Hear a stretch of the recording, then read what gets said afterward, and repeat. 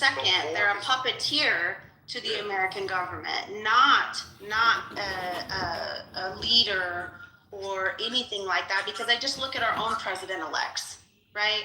Right. They glorify that Trump is this great leader, and no, he's a reality TV star that got handled in the right communities through Epstein, through whoever.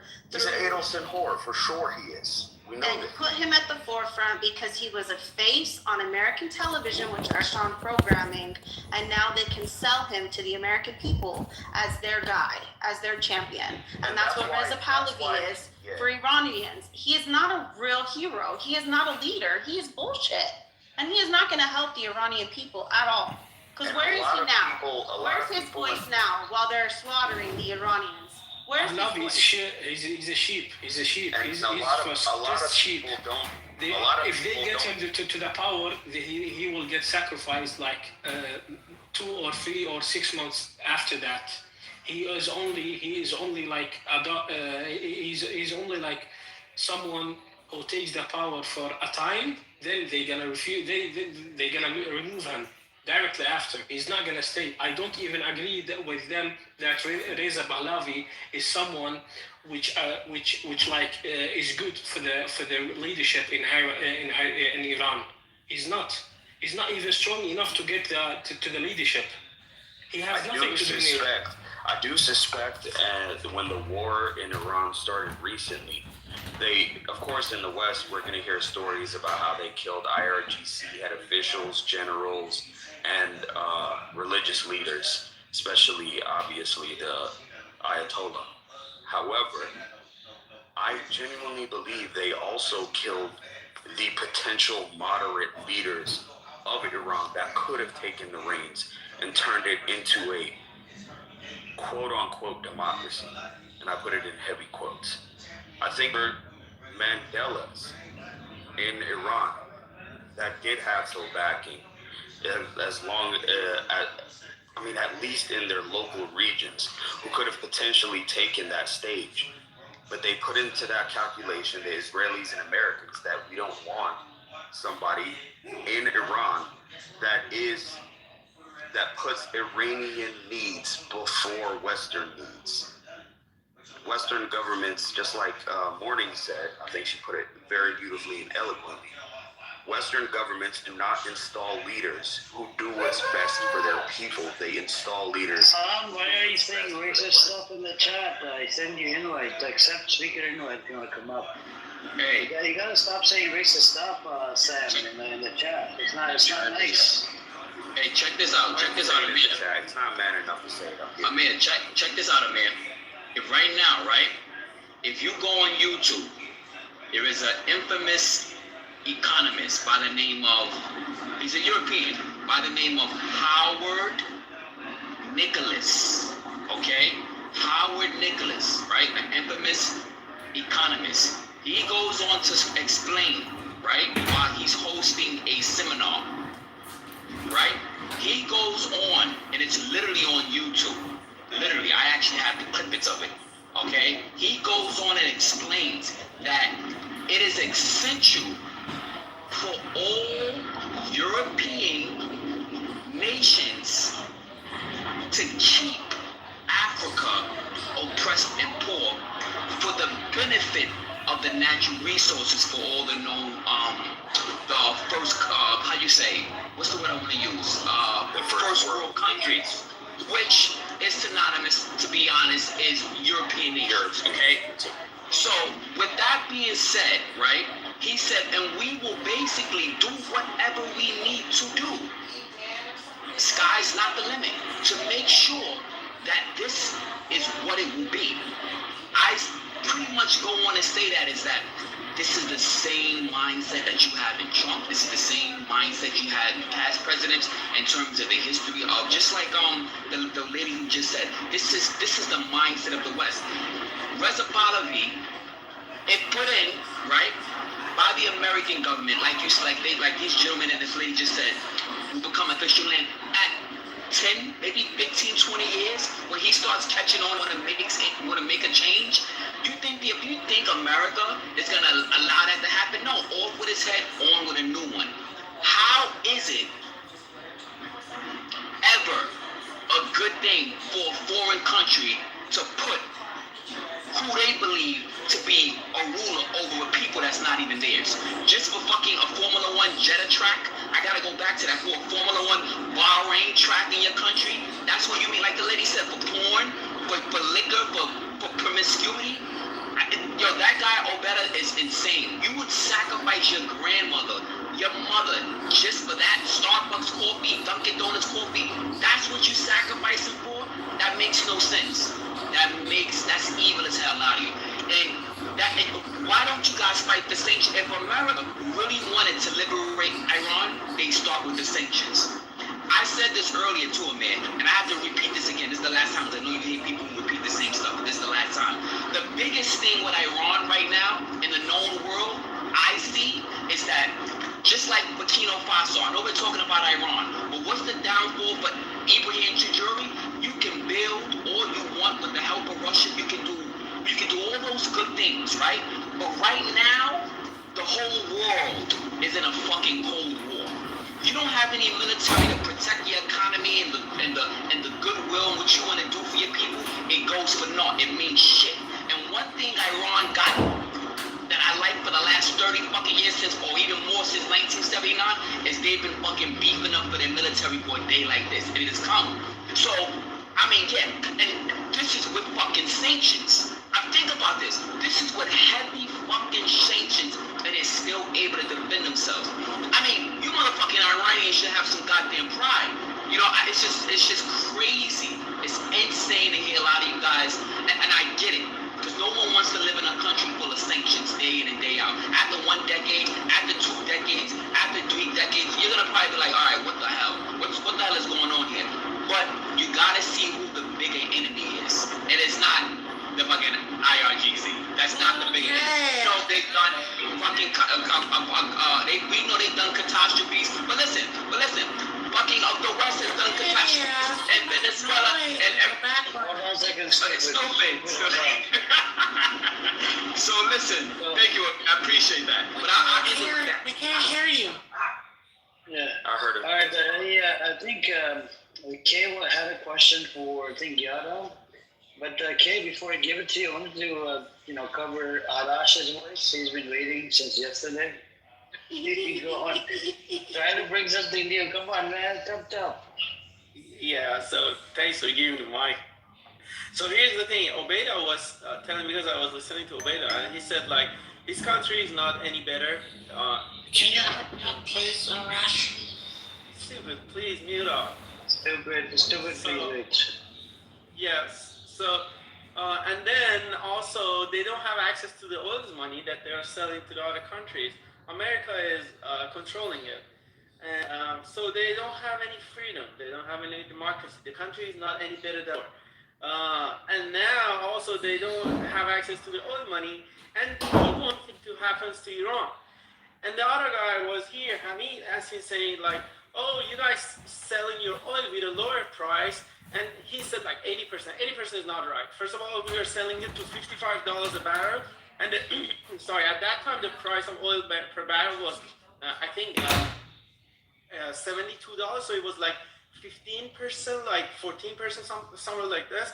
And then, but we had the access to the oil money. And then also Iran found a way through trustees to get those money inside Iran, and this guy called them king of papers, king of stuff. But they were only way that the people like in the government and also RGC found a way in order to get those money by circumventing the sanctions through trustees. Trustees where people like the government had a trust on them, and then they were selling like oil, and then instead of getting the dollars, they were bringing and importing some other stuff like peppers. He was right, like bringing like a lot of products to inside Iran. They were the only way we could, had a deal with China and Russia in order to have a better economy. And once we have a better economy, I start this guy saying, "Oh, you guys like are very corrupt in your country, and there were so many people taking advantage of the situation." Yes, but you don't see the big picture. Who put the sanctions? So Iran cannot normally, like the other countries, have our oil sell to the other countries. So that's what happens when you put a maximum financial sanctions to Iran, and we have to find a way. So look at the big picture, like the last speaker said. Iran is trying to have a better economy through the other ways, and these other ways bring the corruption. So we agree on that. But what Iran was also to find a way to get rid of the corruptions, and then going to the negotiation in order to lift the sanctions. And you all went to the street and then pumping up the numbers and justifying the entire war that is happening, like from 3,000 getting killed to 6,000, and then pumping up to 30,000. Some of you all coming saying 100,000, and I was in the other room saying someone said like 1 million people got killed on the protest. These are ridiculous, to be honest. Thank you. Well, I just want to say one thing. Well, look at Russia. Russia, they got sanctions. They was banned from the Winter Olympics. Who gives a SHIT? At the end of the day, they're still making moves on annexing Ukraine, as they already did with Crimea back under the Obama administration. So, listen, I get what you're saying, but you're not. It's not like you're the only one. Look at North Korea. If they wanted to becoming nuclear, and they got sanctions. You know what I'm saying? So, like, I feel like, I don't know. Hey, brother. I'm sorry. Let me mute up because I'm driving. Yeah, you go on. Okay. Anyways, Bingo, did you want to chime in really quick? I think Kid's been waiting. Bingo. Why doesn't he drive an electric vehicle? It's one car. Good. How you doing? I'm good, bro. So, Hey, stupid, are you just here to troll, bro? Hang on. Please, it's on my Bingo. alright, so I'm here to just say, What are you here for? the whole situation it's kind of crazy. One hand, Bro, you're in the going in and out, man. I fuck with like the. Oh, hold on. Yeah. Let me do this. Let me change it up right quick. Hold on. So that's better, right? Yeah, better. Yeah, change the quality. Yeah. Okay, so my thing is that I fuck with Ahmadinejad, the Ayatollah. Well, I always say the Ahmadinejad, Saddam Hussein. I fuck with them, far as like how they felt about America. Yeah, but keep this in mind, though. Some of these people were genocidal psychopaths. Okay, but keep this in mind that they also kept structure within they culture and they city. Yeah, but the structure is not about killing people. Okay, but the thing is this is my whole point. That I see why America does what it do, because it's like Muslims. I don't know if it's like different Muslims. Like, I know it's different Muslims. I know you got Shiites and Sunnis, but I think it's different levels of. Wait, let me correct you, and then I'll mic up. But you have He doesn't even have a passport. Why are we? You have extremists and Muslims. Be very clear. Right, and that's what I'm finna get into. It's not different types of Muslims, though. It's extremists, and then there's Muslims. Okay, but you have extremists then. Come on, Bingo, come on, hurry up. The Akbar and kill themselves. You're ignorant. It's not allowed to kill people. Can I finish? Yeah, but it's not allowed to kill yourself when they say Allah Akbar. That's Islam. That's disgusting what you said. Yeah, go read a we book. say Allah Akbar and we kill ourselves? Yeah, go read a Yes, book. that's true. A lot of people. Okay, just that is the call. That is okay, the call. get to your point, Bingo. Get to your point. Hold on, stupid. Arash, please. Get to your point. Thank you, bro. Thank you. So I can finish speaking. So So anyway, now I see why Donald Trump and America is doing what it's doing. Why? You're cool. It's because Stop coming up the fucking mic. I'll move you down. Because we have Muslim extremists. Okay. Like, it's good Muslim brothers and sisters out there, right? But then you have these other people who love Islam, but they hate America. Yeah, and they like, if you're not a Muslim, then we gotta be here. Hold on, Dr. Jedi, please. The mic is on Bingo. Well, okay, so it's like I understand why America doing what they're doing because you got these Muslim extremists. All Muslims not bad. You got good ones out there, but right now what we going through is we trying to get these bad Muslims who want to hurt us. You know what I'm saying? And that's Iran. You know, Iran, they bad Muslims. You know, Ayatollah, all of them, they bad Muslims. You sound You know, ignorant. Can you stop coming up the mic, stupid? Fucking stupid. Last time, if you come up the fucking mic, you're going down in the audience. Hey, right. I appreciate you having equality too, bro. You know, thank you very much for letting me speak. You know, so Alright, cool. yeah, so Just trying to hurry up and get to your point, bro, because I gotta okay, go back to. well, I'm finna land right now. Cause my only point really was that it was a point in time I used to have empathy for Muslims. You know, I see the Pakistan stuff and Afghanistan and Taliban and Al Qaeda and Hamas. I used to see all that stuff, but now the way that Muslim extremists act, I see why we have to bomb Iran. I see why we got to do what we got to do because it's the way these people think, and it just it's like the foreign minister said. It's not true, man. You're just making up bullshit, man. I don't know what I told you about Muslim is. Not you, bro. Not you, Rebecca. Can you read me up? Can I lean right quick? I'm gonna say this and then I'm done. Yes, just in a bit. I need hold on. The foreign minister was on TV yesterday or 2 days ago.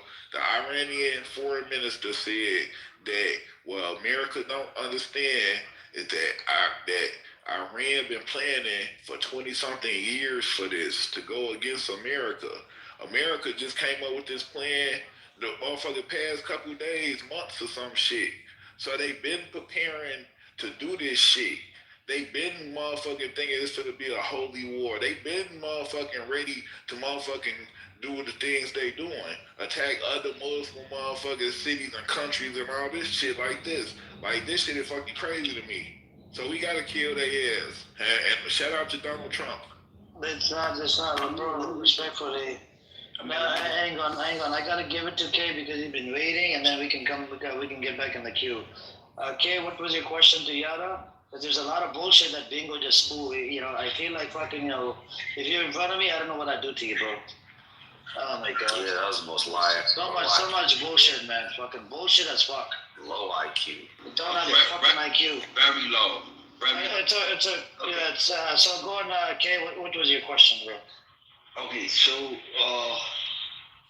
we have to be careful. If you like or dislike someone, it doesn't give us the right to exaggerate the stuff. I don't like Reza Pahlavi much either. I don't think he has the balls.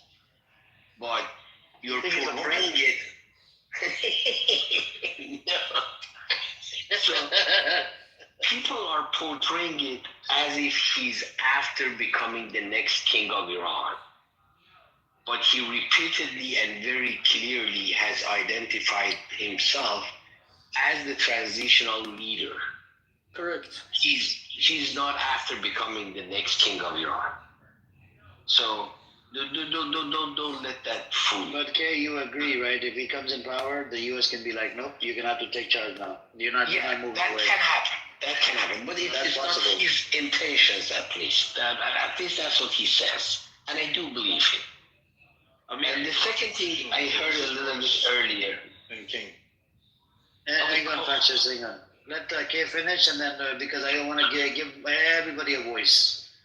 About the money that Iraq makes from exporting oil, that people have this rumor that, it has controlled by the U.S., whatever, for every penny that they want to spend, they have to go beg the U.S. to give them their own money. That's not true. The money that they make goes to a bank called Iraq, the Central Bank of Iraq, CBI. So the bank just happens to be in New York, and U.S. just makes sure that they don't use the funds for supporting terrorism or things like that. Other than that, the money is theirs. So it's like when I was a little kid, and in like New Year, people would give me money and stuff. My dad would control how I spent that money. It was still my money. Financial transparency. Yeah, financial transparency, that's all. But people portray it as if Iraqis have to beg the America for their own money. That's not the case. Yes, That was you the may case. no, that's not the case. They have to show receipts to get the money from a treasury fund, by the way, okay? No, the only thing that they just want transparency. They just want to make sure that they are not using the funds for supporting terrorism. Yeah, but they have to show the receipt. They have to show what they're using the money for. That's called financial transparency. Yeah, but again, look, hey, the money, the oil's being sold inside Iraq. What does America have to do with that shit? America can stay on their fucking side of the road. Why is the money getting deposited into the treasury account? No, I understand. That part I give it to you. But it's not like they have to beg the U.S. for their own money. That's not the case. Okay. If the U.S. said that there's something suspicious, we're not going to release the fund, which means they're not going to release the fund. Then they would have to beg. They don't have a choice. Yeah, that's true. I'm So begging, there's begging there. read up on that. It's not like that. It's just they just want to make sure that you're not using it. Like if there is any transaction in my account, like $300, FBI can come and ask me about the transaction. Anything that exceeding $300. But it is still my money, and I spend it the way I want. So I agree with you that it's their money. Why should the America have any say in it? That's their money. I give it. And so it's not absolutely their money. US has some control, but it's not like US doesn't let them spend the money they want. No, that's not the case either. You see what I'm saying? So people quote it as if the US says, oh, you want to buy food for your people? They have to have US's approval. As long as, go ahead. So are you saying if the U.S. freezes your accounts or freezes your money as a foreign nation, you don't have to beg for it? It's not frozen. It's in Central Bank of Iraq. The funds go there, and when they want to spend it, there has to be transparency.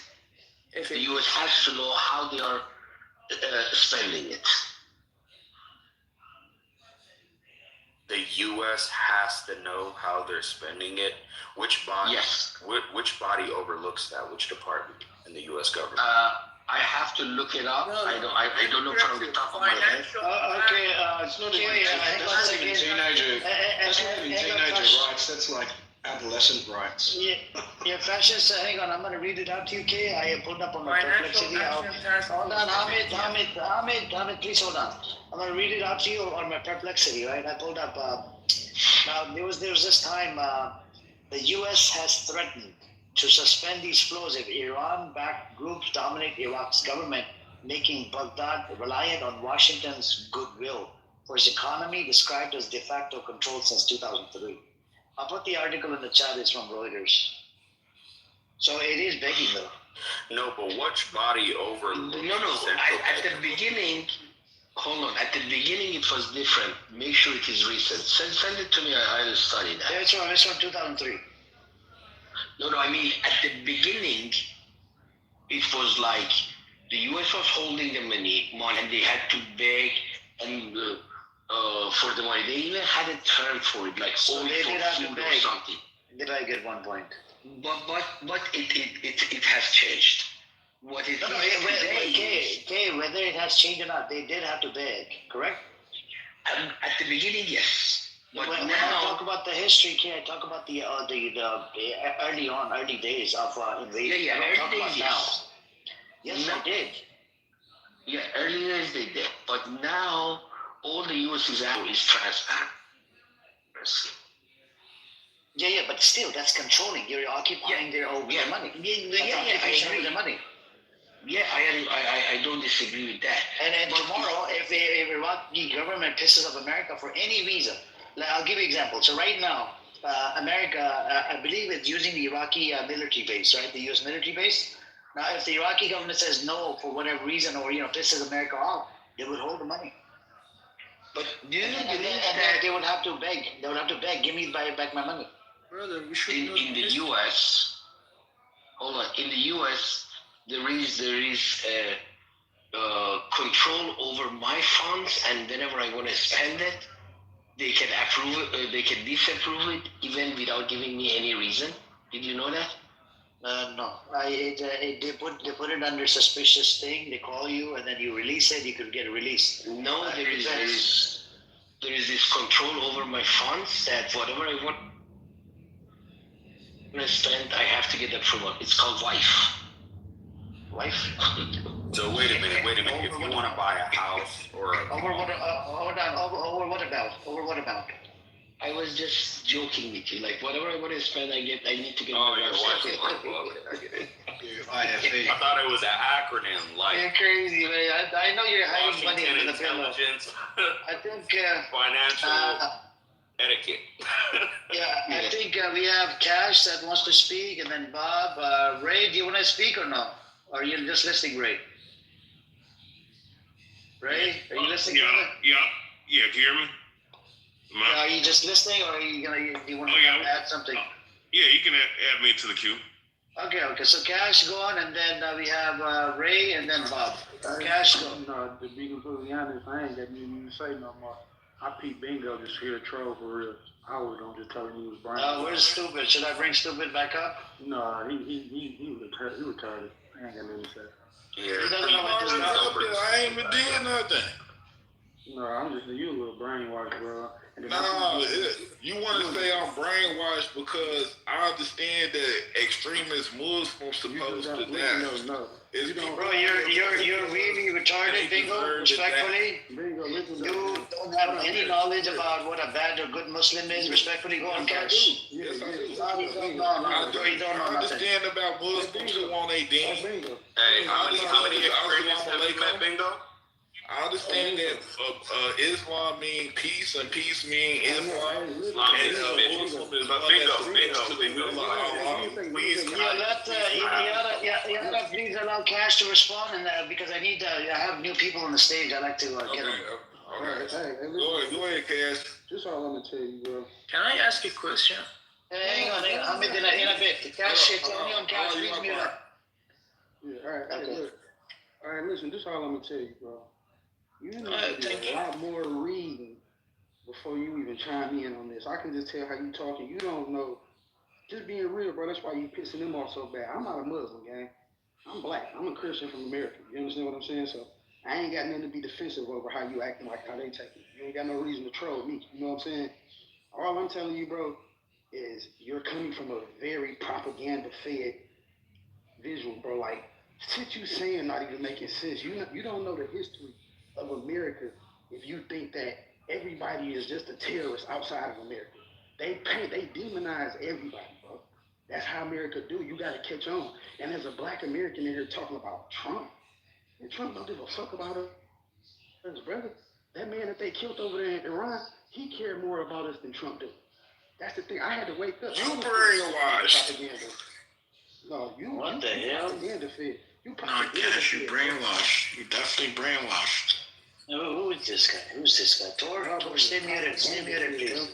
So, Cash, are you almost done, brother? I am done. All right, cool. I want to give it to new people that Can are I on the rebuttal stage. or I'll get no rebuttal? No, in a bit. I need some new voices in there because just like, I didn't respond to you early on, I will definitely respond to you as well. Probably you need a slap in the fucking face, intellectual slap. Ray, Bob, did you want to go, Bob? Hang on a second, Ray. Let me give it to Bob. Do you want to speak, Bob? Sir, if not possible. Yeah, go on, Bob. Go. Okay, thanks. I think there's a saying that says where you sit depends on where you stand. And I think it's very difficult to change people's minds if they have a bias regarding their favored mentality, But what I can tell you is that I've seen the old Iran during the Shah's time I've seen the new Iran during the revolution time. And I can tell you that the problem here is that modernization, industrialization, global economy, or going backwards to religious fanaticism, religious mentality, religious order, and non-secular governments. Correct. Now, if you're sitting in a place where you favor the religious portion of it, you'd be for the government. If you're sitting in the face of modernity and economy and prosperity and having the people have a good life, then you're towards the Israel and America. It's not very difficult. I can tell you that for Iran is one of the most interfered countries in the world historically. If Russia didn't do it, England did it. If England didn't do it, the United States did it. If the United States didn't do it, Arabs did it. Mongols did it. Everybody did it. But the problem is that during the Cold War, the Shah used the Cold War card to modernize Iran. And one of the things he did was he gave women rights. And once you open that Pandora's box, like Nasser did, like Ataturk did, like his father Reza Shah did, you can't put that entity back in the box and lock it. Because once people have freedom, it's very difficult for them to give it up. Sure, you can go 10, 20, 30 years for it and try to, force it upon people, but they're not going to see it. Now, I'm going to give you some statistics before I finish. What people remember is that during the Shah's time, you can call him a puppet, you can call him a Cold War entity against the communism, you can say he was an American lackey, and you'd be right. But what did that entail? It entailed having $30 billion in assets in the name of Iran. It entailed having 120,000 foreign students in the United States and Europe studying for free. It entailed for... no, I'm just saying. I'm sorry? God bless you. God bless you. Damit, you don't have to come off the mic every 2 seconds to stay muted, bro. Otherwise, I have to move you down. Yeah. Go on, Bob. Iran gave the money and the schematics for 3,500 Challenger tank. Iran was supposed to get the F-16s before the Air Force in the United States did. You can see that during the Carter Ford debate, where Carter questioned why Iran has to get the F-16s before United States did. We loaned money to the World Bank and the IMF. Iran had the largest growth at constant prices that broke Japan's record economically. The reason why the Shah fell wasn't because he was a monarch. The reason the Shah fell was because Iran was modernizing tremendously. And as a minister in European cabinet said, the second world powers are a club that does not accept new members. And I can tell you with the 1979 revolution, Iran went back 1,000 years. But what happened was, during the Mahsa movement, the people rose up for civil liberties and citizens' rights. So that is a no-no in a third world country. You can have a revolution with a full stomach and say we want more rights. You can have a revolution for empty stomach, but you cannot have a revolution for citizens' rights, for freedom of speech and this and that, because that will throw away the whole schematic of the world and how the world works. Anyway, this is just what I wanted to say. There's so much more to say. I wish I could say, but I can tell you that it was. And one more thing I want to say. Sure. In Shah's time, we had Italian schools, German schools, French schools, British schools, and American schools from first grade to 12th grade. You talking about the father or the son of father, Raza Pahlavi? No, just the father. His son, the current. Okay. Yeah, in 19 started in the 50s. And in 1979, everybody left, and Iran became an island to itself. The people of Iran were not allowed to join the global economy. That was the plan. And that's why there was misery. And so there's so much more I can tell you guys, and I wish I could tell you guys. I wish I had more time. Bob, if you don't mind asking? Are you Iranian? Yes, I am Iranian. Yes. I love to hear your perspective more on stuff. Let me cover some of these voices. If you stick around, we can go back and forth in a bit. Absolutely. Thank you for giving me one quick thing. Yeah, no problem. Yeah, man. I mean, can I? Sure. Can I have 30 seconds? Hang on a second. Yes, Kay. Yes, coach. I agree with him. He was becoming too strong. Just give you one more example. The F-14 fighter jets. Even the U.S. Air Force doesn't have it. Only the U.S. Navy has it, and Iran has it. Shah of Iran bought 80 of those. 80 F-14s. He was big baller, rich man. Yeah. 80 F-14s, and the only two countries that had it was Iran and the U.S. So he bought a lot of weapons like F-14s, F-4s, and also he wanted to buy some F-16s. So I do agree with Bob. He was becoming too strong, and there are interviews that he says now the black-eyed people are not listening and taking orders from the blue-eyed people. Exactly right. So that was one of the reasons they wanted him to go. Very big one. Well, thank you. Something new I learned every day about the Shah time. One last thing. Yes. Can you please read my PTR, man? I posted this. It's not a link, but this is in regards to Bingo, who's very unlearned about not just what's going on, but just generally with the Ayatollahs. Can you? Yeah, I read it. It's interesting. Right. So there you go. Hey, can I just respond right quick? No, Bingo. I actually wanna go after. Hold on, what you said earlier about the bad Muslims, the bad Trump. I understand you want to back up pedophile, right? Donald Trump. It was buddy with Epstein. You're into this type of the rhetoric on this fucking app. I know there's a lot of Trumpies on this fucking app, right? Some of them, they defend Trump for no fucking reason. Even after his name's mentioned on Epstein files more than a million times. And what he has said about his own daughter, right? I understand, and he was lying, a scumbag. Iran, they actually literally made a deal. A foreign minister of Oman came out and said they accepted the terms and conditions and related to nuclear enrichment. Right? This was accepted. We have a witness. He's a foreign minister of Oman. And guess what? All of a sudden, we see Israel doing the attack on Iran. This happened the second time. During the last 12-day war, Israel did the same shit. This time, Israel did the same shit. And America backed up the attack on Iran that was done by Israel. And Israel is the one that did the attack. And American foreign policy, our American foreign policy is dependent on Israeli foreign policy. And it's not about bad Muslim, that this good Muslim, it's nothing to do with Muslim, right? I know, it's above your fucking pay grade. They're mentally retarded. There's a lot of dumbass fucking Americans on this app. I can't believe I came across so many dumbass motherfuckers on this app. I'm an American, right? But I'm very ashamed. Like, I have to put up with this type. Anyways, respond to what do you have to respond?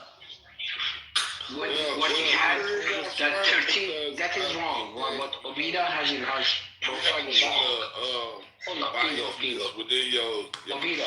Hold on, Bingo. 1 second. Hold on. I think Muslim brother. I'll give you the mic. I'll give you the mic, Bingo. You can respond to me in a bit. Yes, okay. Well, would you say that it's not right? 13 hostages were released, and to the best of my knowledge, there were 10 women and 3 African Americans, not 13 African Americans. Okay. So whether that's, I think that somebody's doing the thing. Okay, but he released 3 African Americans, correct?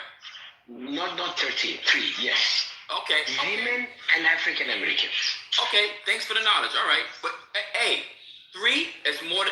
Listen, in regards to the situation of what Bingo was saying and the disrespect, listen, I'll take 3. Bro, we are Americans first. Okay, American first. Go on. Let him spoil more bullshit. Let him spoil more bullshit. I gotta go after him. I gotta bring stupid up. Where's stupid at? Maybe stupid can go after fucking Bingo. We are not Americans first. Hey, Bingo. And when he let Hey, you mind if I go off the bingo? Cash, I gotta, Everybody want to talk to me, bro. let him finish, let him finish, please. Let him finish, please. You just real quick. Yeah, put me in the queue too. And when he let them Yes. three Hey, what's up, Fire? when he let them 3 black people go, he said because America had suppressed them long enough. You understand? He was a smooth dude, bro. You gotta look him up for real though. They demonize him, but he was a smooth dude, dog, for real. I wasn't listening to this shit at first neither, bro. I was going against it, but I like to do. Come up, Fire. Come up. You gotta go by facts, bro. You can't go by how you feel about something. Just do your research and see if you feel the same. It is a fact that we have Muslim extremists. It's a fact that 9/11 happened. It's a fact that we have something called Al Qaeda, Hamas, the Taliban, and all these other Bro, Cash, I have new people that want to speak, man. Cash, you're going on a tangent now, bro.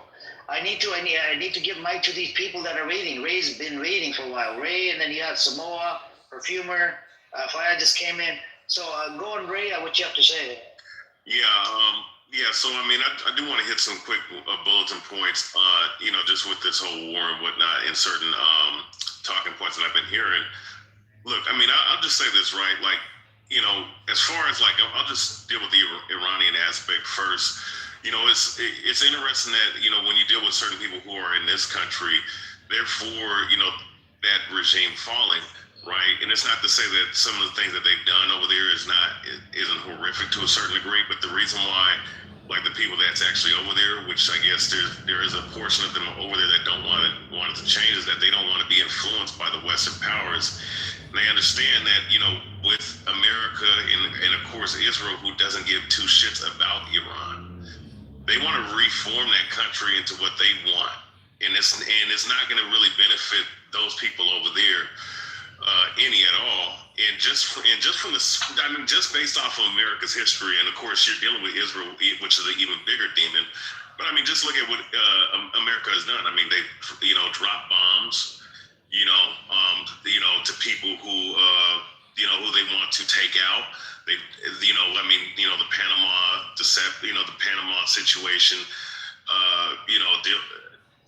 Of course, you had Hiroshima and Nagasaki. You also had what was the war? Vietnam. You had so many different wars that they didn't have to be in.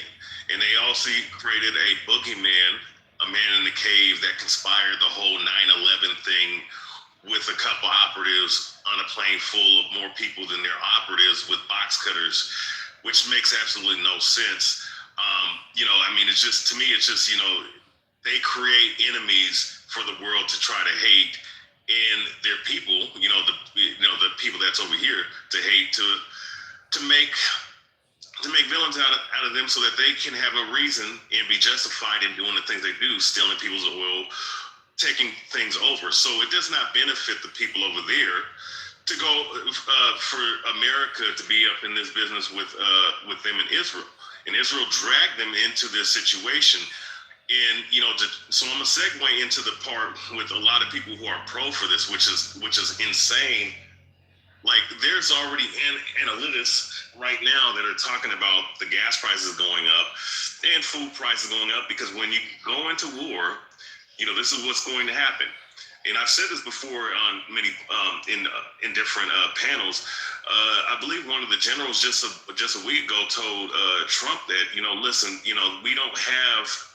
We're depleting. I believe he was speaking of the cruise missiles, right? That they're shooting over there. Like, they're depleting resources. And mind you, America's has been depleting a lot of their military resources for the last 7 years.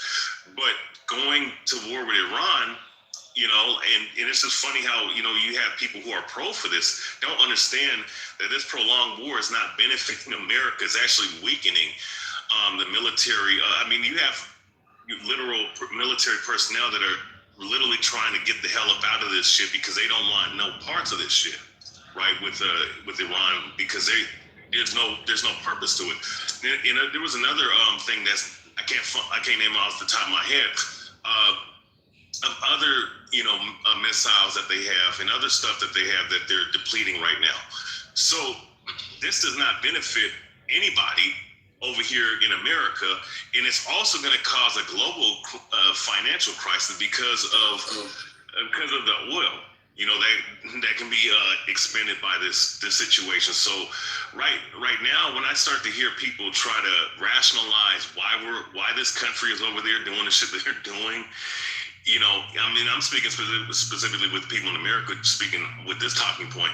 I think you have to be completely insane to see what's going on and not think, well, damn, this man is going far above and beyond to go ask for billions of dollars, right, to go up and for this war, right? And he's not even getting congressional. He's bypassing Congress to do this, to do these acts, but yet they can't take any of that money at all to feed whatever homeless people, which is there's a homeless epidemic that we have over here. And, you know, the grade D level, we have a grade D level infrastructure over here in America. They're not giving people certain people reparations. They're not doing certain things that they know that they can at least lift a finger to, but yet they're giving this money to Israel and funding these war campaigns that is going to destroy this country. And I find it very strange, and I'm going to land in like 20 seconds. I just don't understand how this makes business sense. People call this man a fucking businessman. It's probably the reason why this man lost all his businesses, lost Trump Plaza going back in the 90s and had to be bailed out by a Rothschild affiliate back then.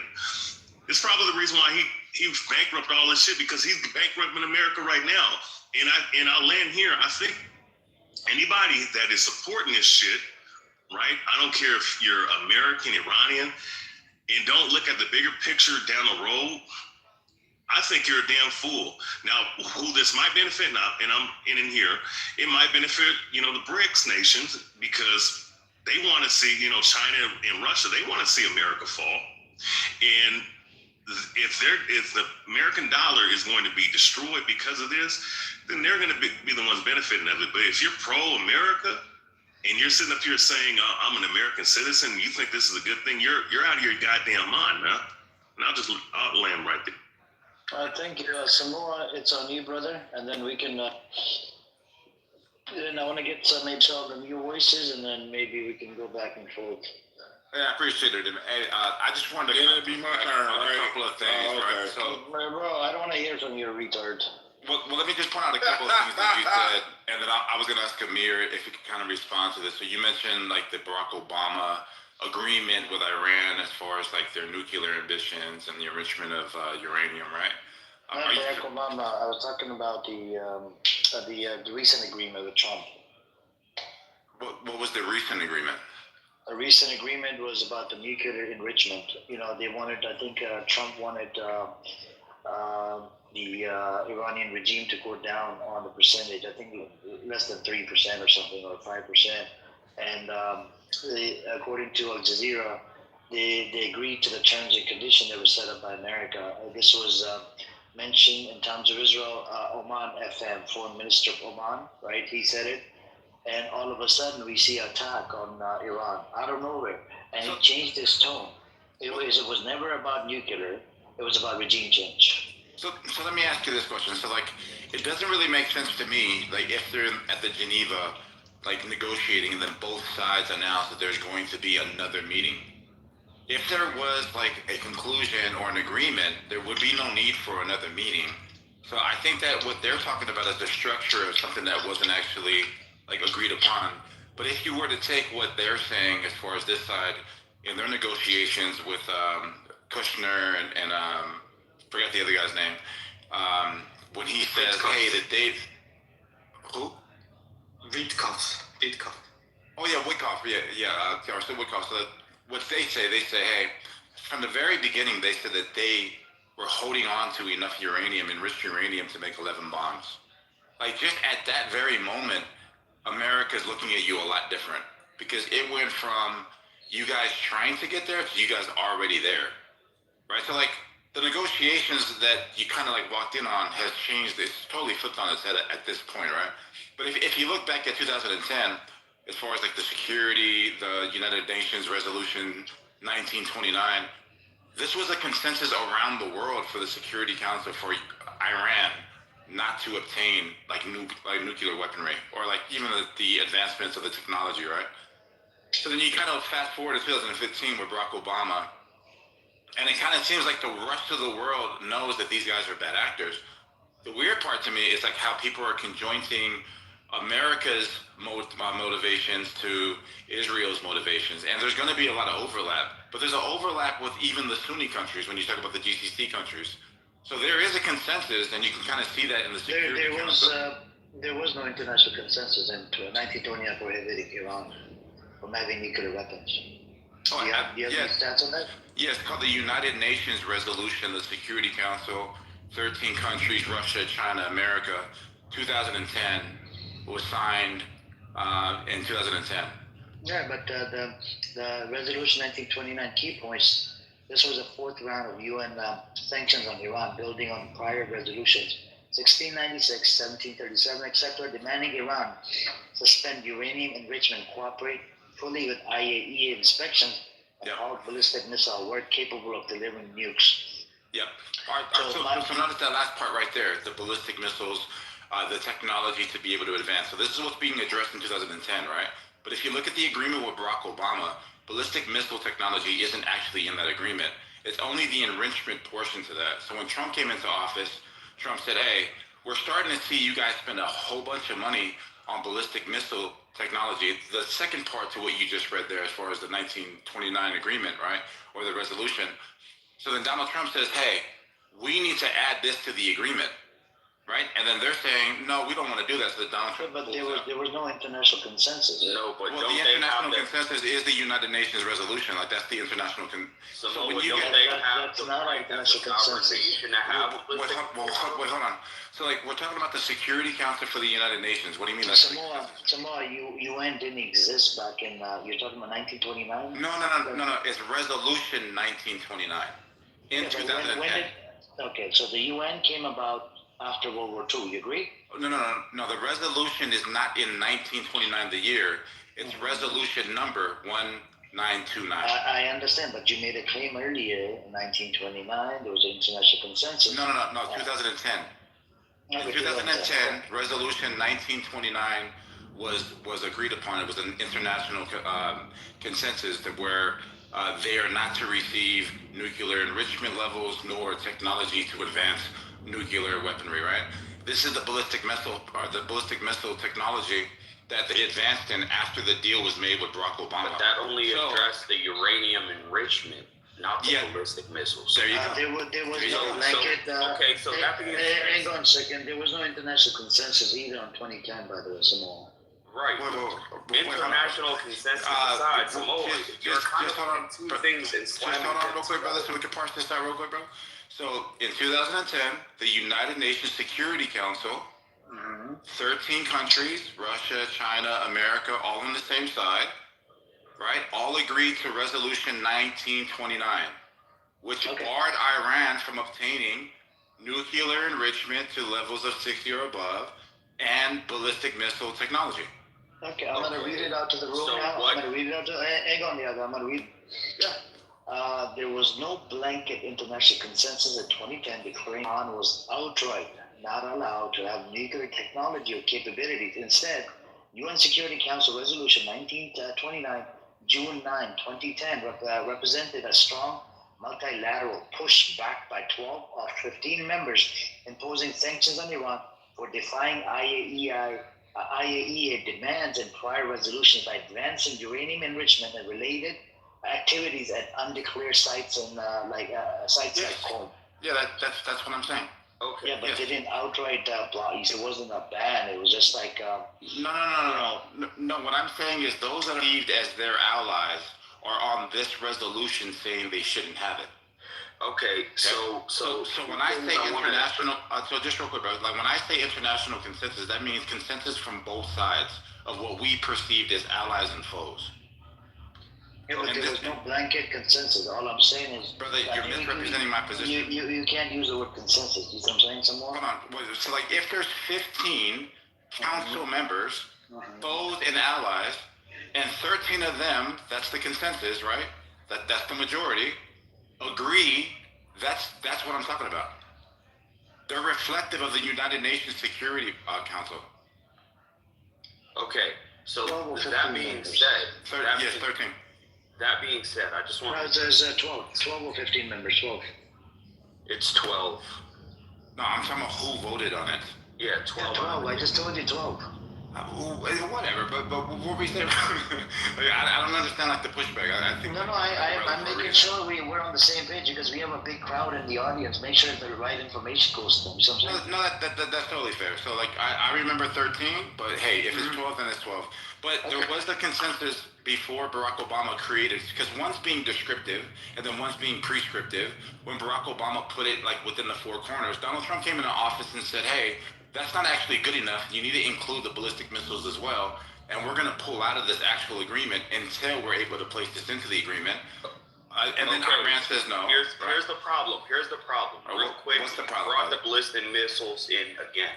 I have to ask rationally if the agreement already, as long as Iran adheres to it under Obama, by all UN monitoring of nuclear enriched uranium within Iran, it was always considered that Iran was sticking to the agreement. They were not enriching beyond the levels of the JCPOA. They were not.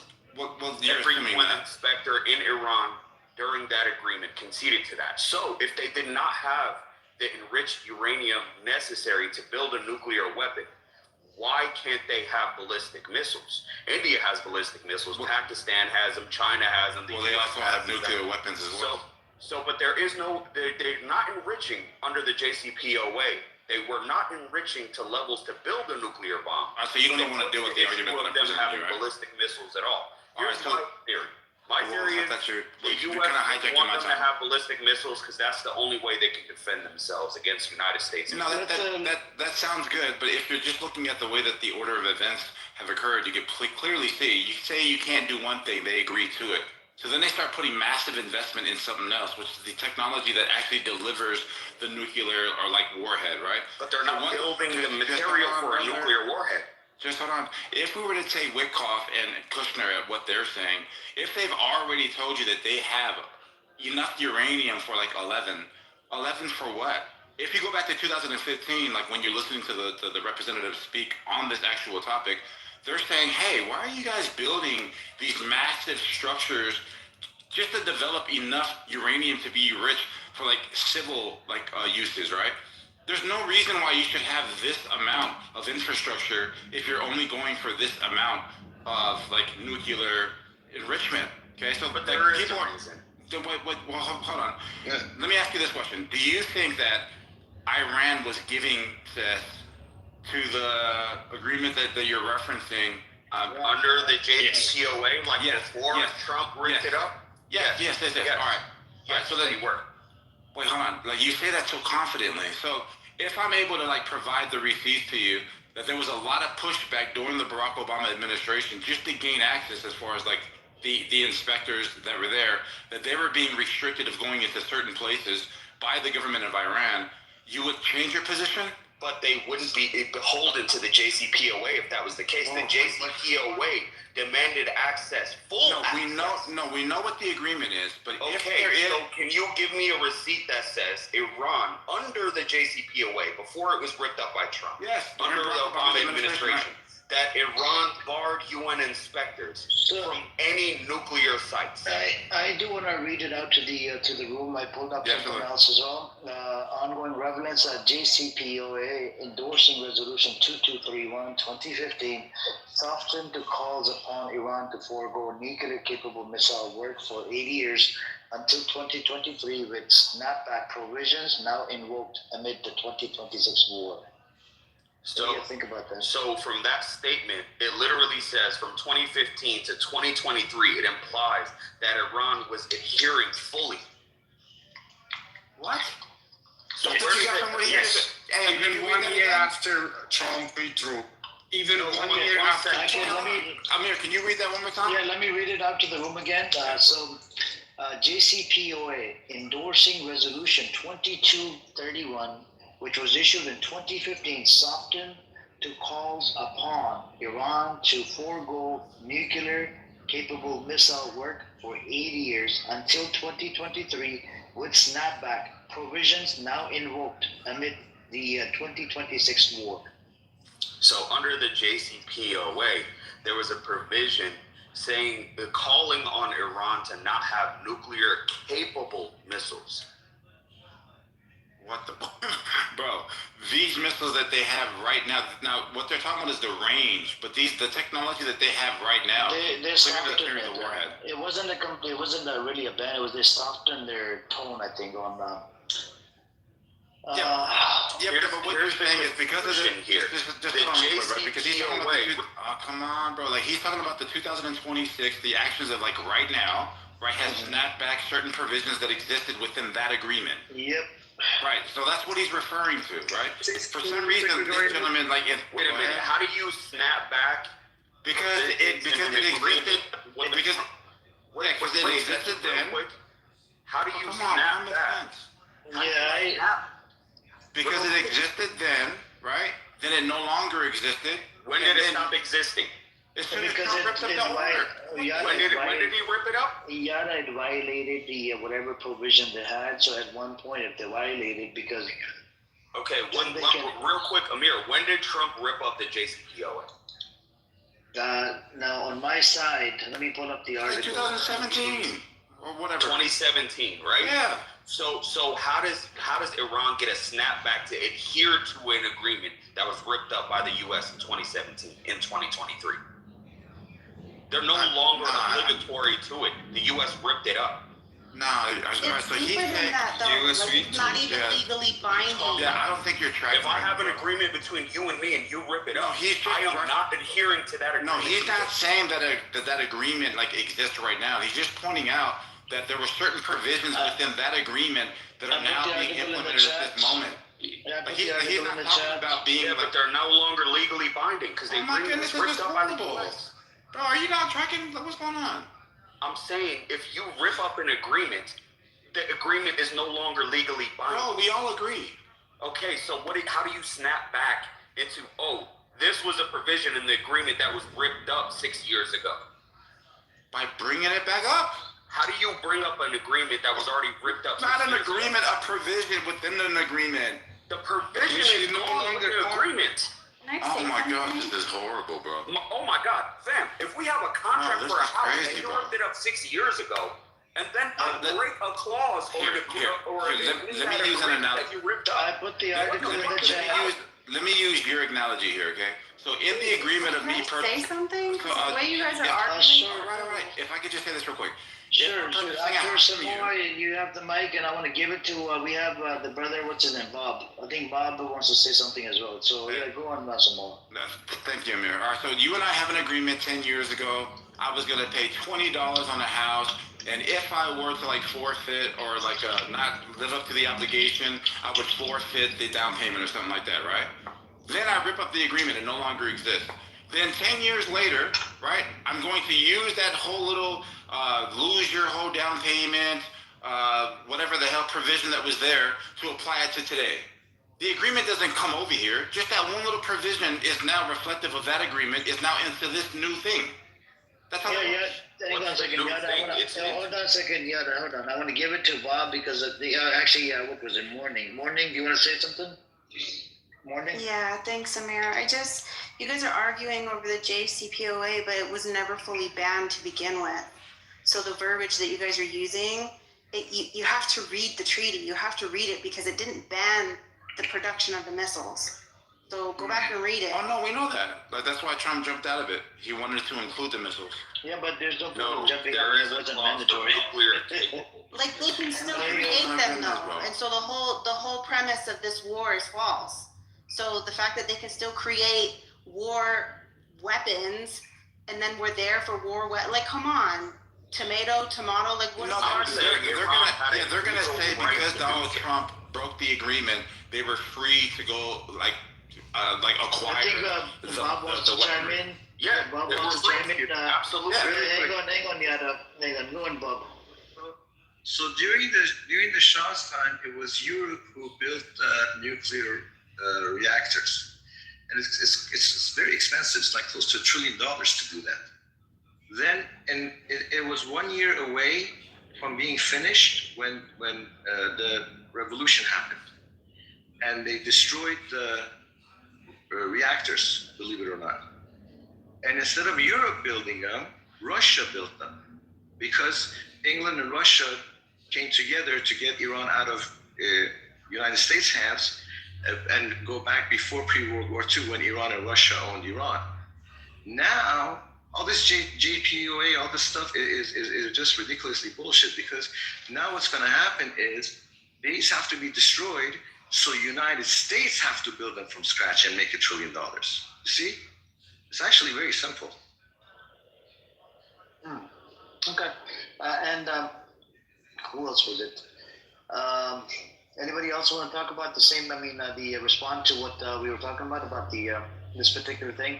So, Samoa, can you get to the point that you're trying to get to, brother? What was your whole point about all of this, bringing up the IAEA and? No, I appreciate it, Amir. No, I was only pointing out that like America does have certain goals or certain objectives that they want to reach. You can clearly see that there's multiple events where Trump kind of moved away from Bibi Netanyahu's agenda. One of those is the killing of General Soleimani.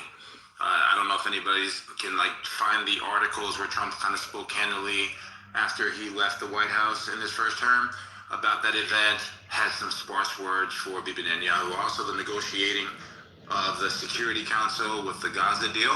You can clearly see that when Donald Trump circumvented the actual process by going directly to Hamas to negotiate, the Israelis really weren't happy about that, because Donald Trump is trying to get to an actual, where's the benefit for America component. If you're to be charitable, then there's another part where he goes on this Middle Eastern tour, Jordan, Saudi Arabia, and all these GCC countries. They're kind of hesitant to jump into this agreement. And for some reason, they all happen to respond with their own framework. Ultimately, they make a deal, and you can see a new coalition in the Middle East happening. And I don't think, a lot of people like to carry the narrative that Donald Trump is just doing Israel's work. I think that's a little lazy. But if you're able to kind of track where Donald Trump's at, you can say he's a narcissist, that he's only looking out for the economic indicators, and that's fine. People say that he's doing Israel's dirty work. I haven't seen Literally is.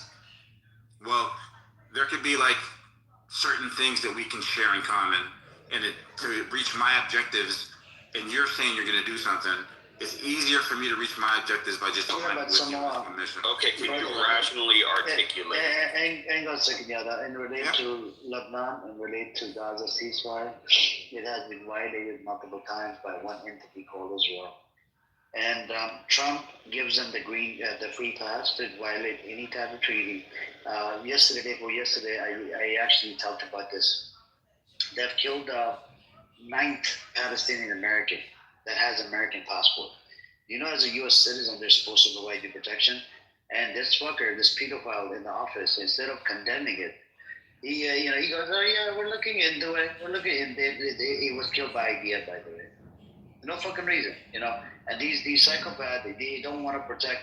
For some reason, when it comes down to the Zionist entity, right? The IDF soldiers, the Zionist Jews, they get a free pass because they're God-chosen people. They can go around and kill anybody and assassinate or, go after anybody.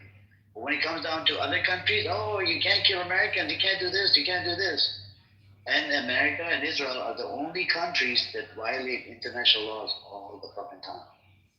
And Israel has violated so many UN resolutions since the establishment, since the 1948, and it's sickening. And you have the nuclear reactor inside Dimona, which they don't allow anybody to go in there to inspect or anything. But yet they had these conditions and whatnot that Iran had to abide by. That you have to install cameras. We need to watch it. We need to make sure you're doing this, you're doing that. I don't get it, man. The fucking retards. But anyways, Tiger wanted to chime in. Tiger, did you want to say something? Tiger? I can't believe that guy Sam was a fucking racist bastard. Mazi, that old man that he came in here a couple times, is a fucking racist bastard. We checked the chat. Which guy is that? No, I'm gonna check now. The guy that's Sam that served in the military, he's like in his 80s. Oh yeah, that guy. He is fucking racist, racist cunt. I mean, I wouldn't put it past people like that. But let me check. Okay, but Samo, I had a and I'm taking the other. I'm gonna get Tiger because I want to hear all these voices. Go on, Tiger. Saying, we have to accept that racism exists, and there are going to be racism. In every country there's probably racist. So we all have to just get used to the fact. Yes, for Iran, I think Iran is doing much better than I thought it's doing, military speaking. And I see that, at least the data sources that I have, it seems that the Iranian people have found this almost like a newly forged cohesion just because of the invasion. In the face of invasion, a lot of people seems to putting their differences away and realize that, secularism, reformism, all these things are differences, but maybe the dignity of the nation comes before that. So I'm glad to see it. All right. Mazi, do you want to jump in and say any words, anything? No, I'm in a noisy area right now. I'm trying to be with us for a while? You're going to be with us for a while? I'll be here for like 30, 40. Oh, that's it. Don't drive by. No good. No bueno. No, it's not a drive. It's a walk by. Chance, if that's all right. Yeah. Teddy, do you want to chime in, Teddy? Teddy? No? Okay. Can I have a quick shot? Yes, I'm going to give you the mic. Just give me a second. Teddy, you want to say something? No, not really. Can I say that? Okay, do you hate Zionist scumbags, especially not just the Iranian ones, even the original ones from Israel? Oh, I fully support all the IRGC is doing to Israel and America at the moment, yes. Oh, okay. You stand with IRGC. All right, so we have an IRGC supporter here. Who wants to chime in? Who said they want to chime in? I'll say something if that's okay. Go on, Fashion. Go on. Amir, actually, I ask you a question to you. If the IRGC continues to blockade Hormuz, we have seen in some Western countries today already hundreds of billions of dollars wiped out of the trade share market in one day.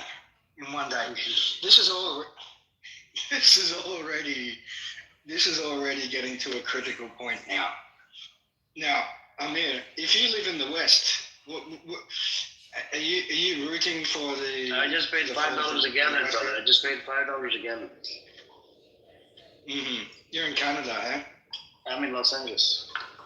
Yes, to drive an electric car, that's the solution. Yeah. Drive an electric. Yeah. The good thing I drive a Prius, so even if it goes to $10, I'll still be paying like, what is it? It takes 7 gallons of gas. I'll still be paying $70. Where's his $30? I think once the US figures out how to properly refine Venezuelan oil, and once they have secured their interest in Greenland, things might get a bit cheaper for you. But apparently the rhetoric there with the Trump government at the moment is that currently it's a small price to pay.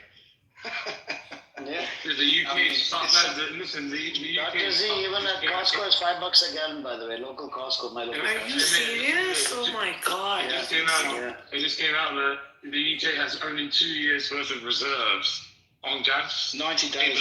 No, that's not true. People are panicking. No, people are panicking. It's not 2 years, man. It's 90 days, bro. It's definitely not 2 years. Yeah, yeah, because now your media is going to start lying to you now. It's 90 days. There's no more. All of Europe has 90 days. That's it. This is why I say this is a 90-day. This is going to be a 90-day war. I think it will take longer. It'll be longer. So what? Maybe. So let's say at least 90-day war. So let's say that it's an 8-week war. Donald Trump claims victory. All production of ballistic missile storages are all basically decimated. Basically, they're not going to be able to acquire this thing, right? And markets go back. Everything's back in order. Is it a win? No. For the United Why not? States, I'll articulate it real quickly. Number one, Samoa, the way you're framing it, it poses that the United States government has a clear vision for winning in the first place. Well, it's the four objectives that I just laid out. So from what I heard from the Trump administration, with the first time Israel bombed Iran, and the U.S. followed up with the B-2 strikes on the Midnight Hammer, right? Yeah, Midnight Hammer. Right. He clearly said that Iran's nuclear capability was completely decimated. Verbatim, he said that. Yeah. So that should have been the end of it, if what you're saying now is true. But clearly it's not. No, that's absolutely not true. So there are several reasons. There are maybe 4 or 5 different reasons that have been given by the administration for why this war started. One, they say it's regime change. The other one, they say it's to give the people a chance to topple the government on their own. The second, then they say it's the nukes that were supposed to be completely decimated. Then they say it's because of the ballistic missile program. I mean, let's say in 8 weeks, all of Iran's ballistic missiles are completely gone, right? Yep. All of Iran, the government completely is toppled. And then a civil war likely ignites in the middle of Iran.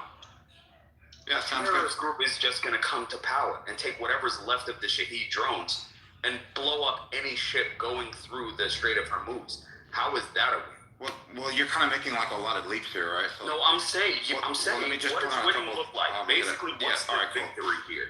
All right, so like the idea that say something. I just want to respond quickly to Yada, okay, because I think winning for the United States looks like, because I want to just give a very clear answer here, right, because there's a lot of jumping around. The first, I'll make this point quickly. Winning for the United States is walking away from this entire dispute in the region in 90 days or so, and maybe a little bit more, maybe 6 months we call it now instead, yeah? Walking away entirely. They don't need the Middle East anymore. They don't need Middle East oil. They walk away from the theatre completely. And this is because currently what's happening in this forum is that everybody appears to be conflating Israeli objectives with US objectives. Yeah, that part right there. Let me be clear. Right. Yeah, let me be clear. Currently, the US is just merely hijacking the Israeli cause for the time being. Absolutely. Right? The United States has no interest in regime change in Iran. Okay. Right? To my calculations... Not what he said on the TV, not what he said. We'll clear that up. Real quick, what they say... Bash is finished, please. What they say on the media, what are the strategical benefits of doing this and that are two very different things. Right. Okay? Now, if we have a situation where the US maintains a stalemate over Hormuz for a certain period of time, Europe may be forced into giving up Greenland, and then we might see the United States just moving away from Hormuz completely. And then what's left is that Israel and Iran have to fight it out between themselves, and that's when things can get pretty ugly. Yeah, wait a minute. Wait. I don't feel like America.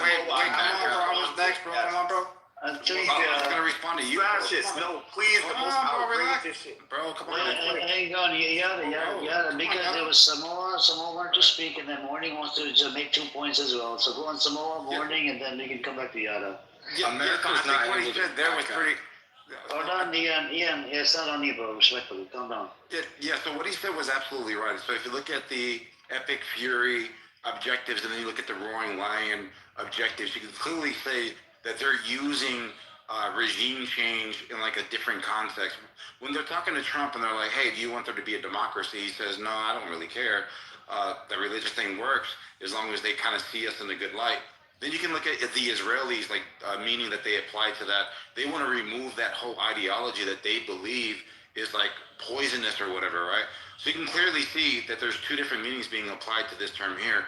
But the United States of America's objectives are clear, right? You decimate nuclear, I guess, capability, ballistic missile storage, proxy funding, and then the production sites, and then you're out, right? You've stated what your objectives are. What's to stop President Trump saying Hold on. Yeah. Hang on a second. Bro,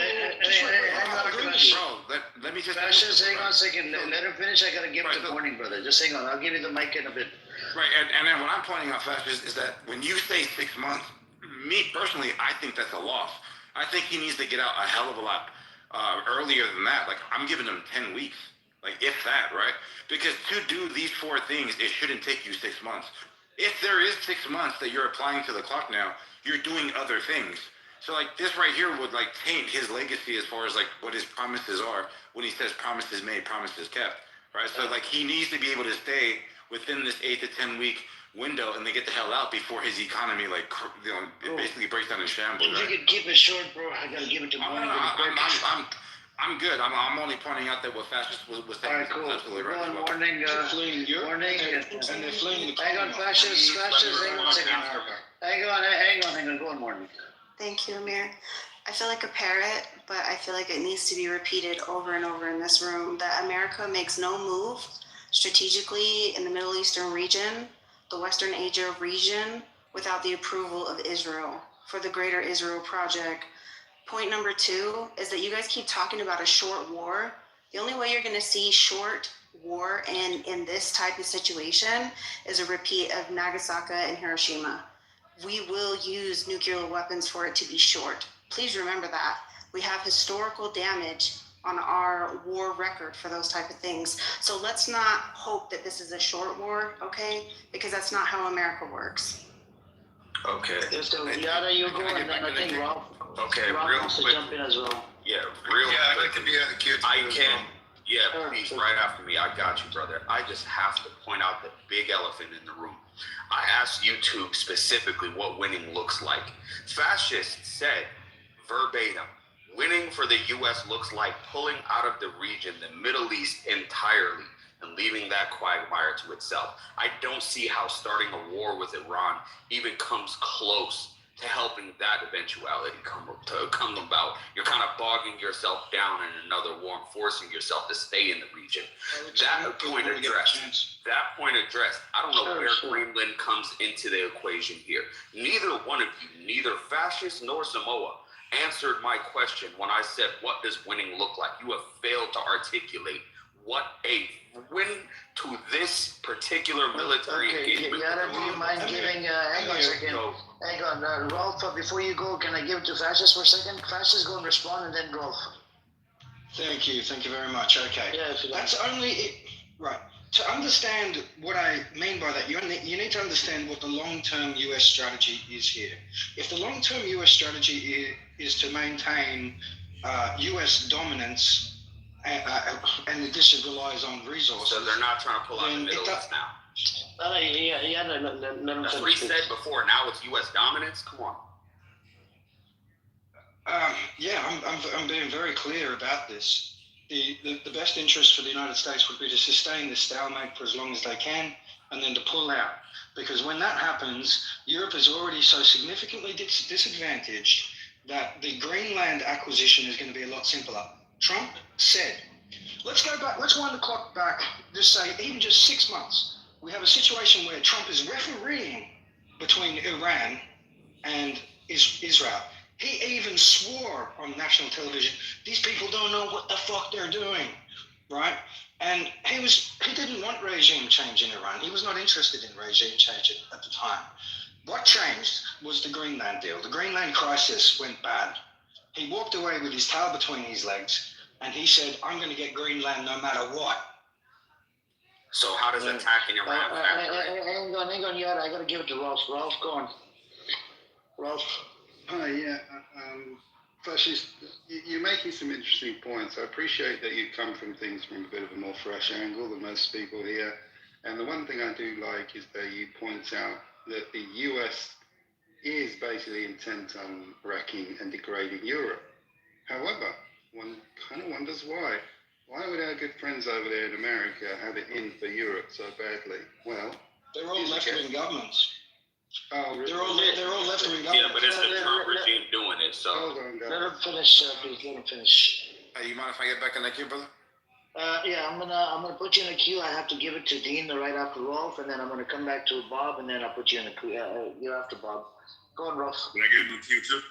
Yeah, ultimately, America doesn't really care whether people are left or right wing. That is window dressing this left and right paradise. It's a narrative. American Republicans do. They really do. Charlie Kirk times. These are the people. Yeah, let Francis, if you don't mind, let him just make his points.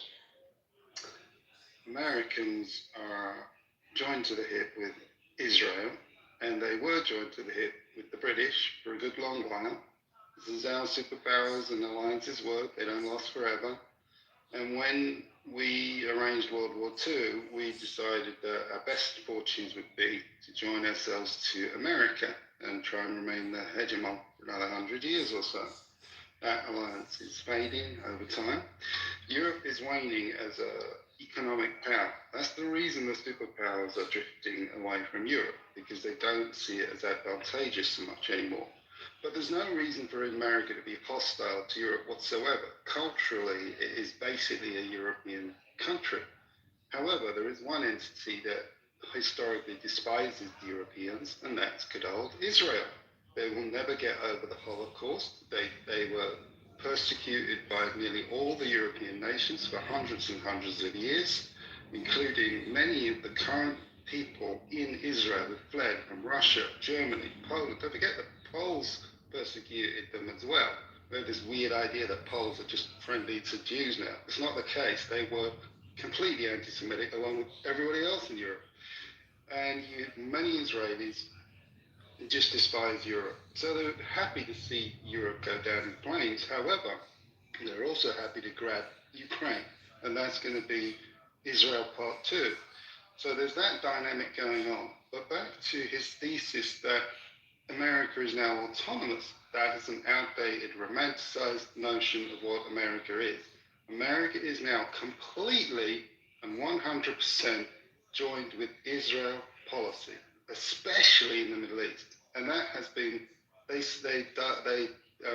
delegated foreign policy to Israel since the 60s after they killed JFK, coincidentally. And that is official policy. They have no intention of pulling out of the world. This is the narrative confused with the Monroe Doctrine revival. The Monroe Doctrine revival is to state that they will refuse to allow any foreign powers in the Latin American and North American hemisphere. That's what it really means. It doesn't mean they're going to withdraw and draw down from the rest of the world. America wants to remain the superpower, and Israel wants to become the superpower of the Middle East, and together they will rule the world. That's their fancy, that's their dream, and it's mainly from America's point of view. China is the ultimate enemy, but that's the same for Israel. Israel will get more and more vocal against China because they have exactly the same interest. US and Zionism is the same. The only difference is American Zionism will rule the Middle East, and a Zionist America will rule the Americas. That's the only shade of difference between them. Thank you. Dean, go on, Dean, and then I got to get to, what's it, Bob? And, I'll go first. I'll go after him. Okay, Bob, it's on you, bro. Bob? Sure. One thing I think Europe has to get used to is a paradigm shift here. I think it's no longer. I think Europe has become a big price to pay for the United States. It's too much.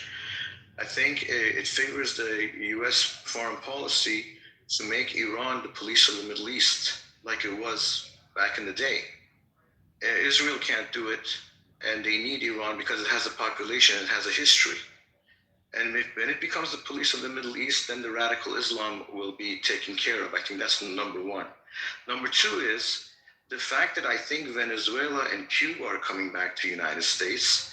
I think Russia and the United States will be running the show from now on. And Europe will not be part of any foreign policy like they did before. And we can see that with Trump standing against Lloyd's of London. Lloyd's of London for 300 years owned the energy of the world by ensuring all the shipments. So by really bypassing them, Trump showed that basically there is no allegiance to England anymore. And I think that scares the hell out of England, because England is not what it used to be. England wasn't what it used to be back in the 70s, late 70s. They still managed to do what they need to get done with regards to Iran and radicals.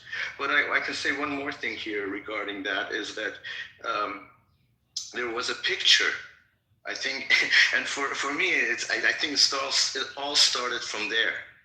There was a picture back in Tehran conference where Churchill, Roosevelt, and Stalin were sitting in 3 chairs next to each other in Tehran, in the Tehran conference. For some bizarre reason, I don't know why the ambassadors of England and Russia decided to take the picture with those same seats in that same area, with the United States being empty in the middle, like we own it. And I think that enraged Washington. And I think England also called back their ambassadors to, what the fuck are you doing? Pardon my French.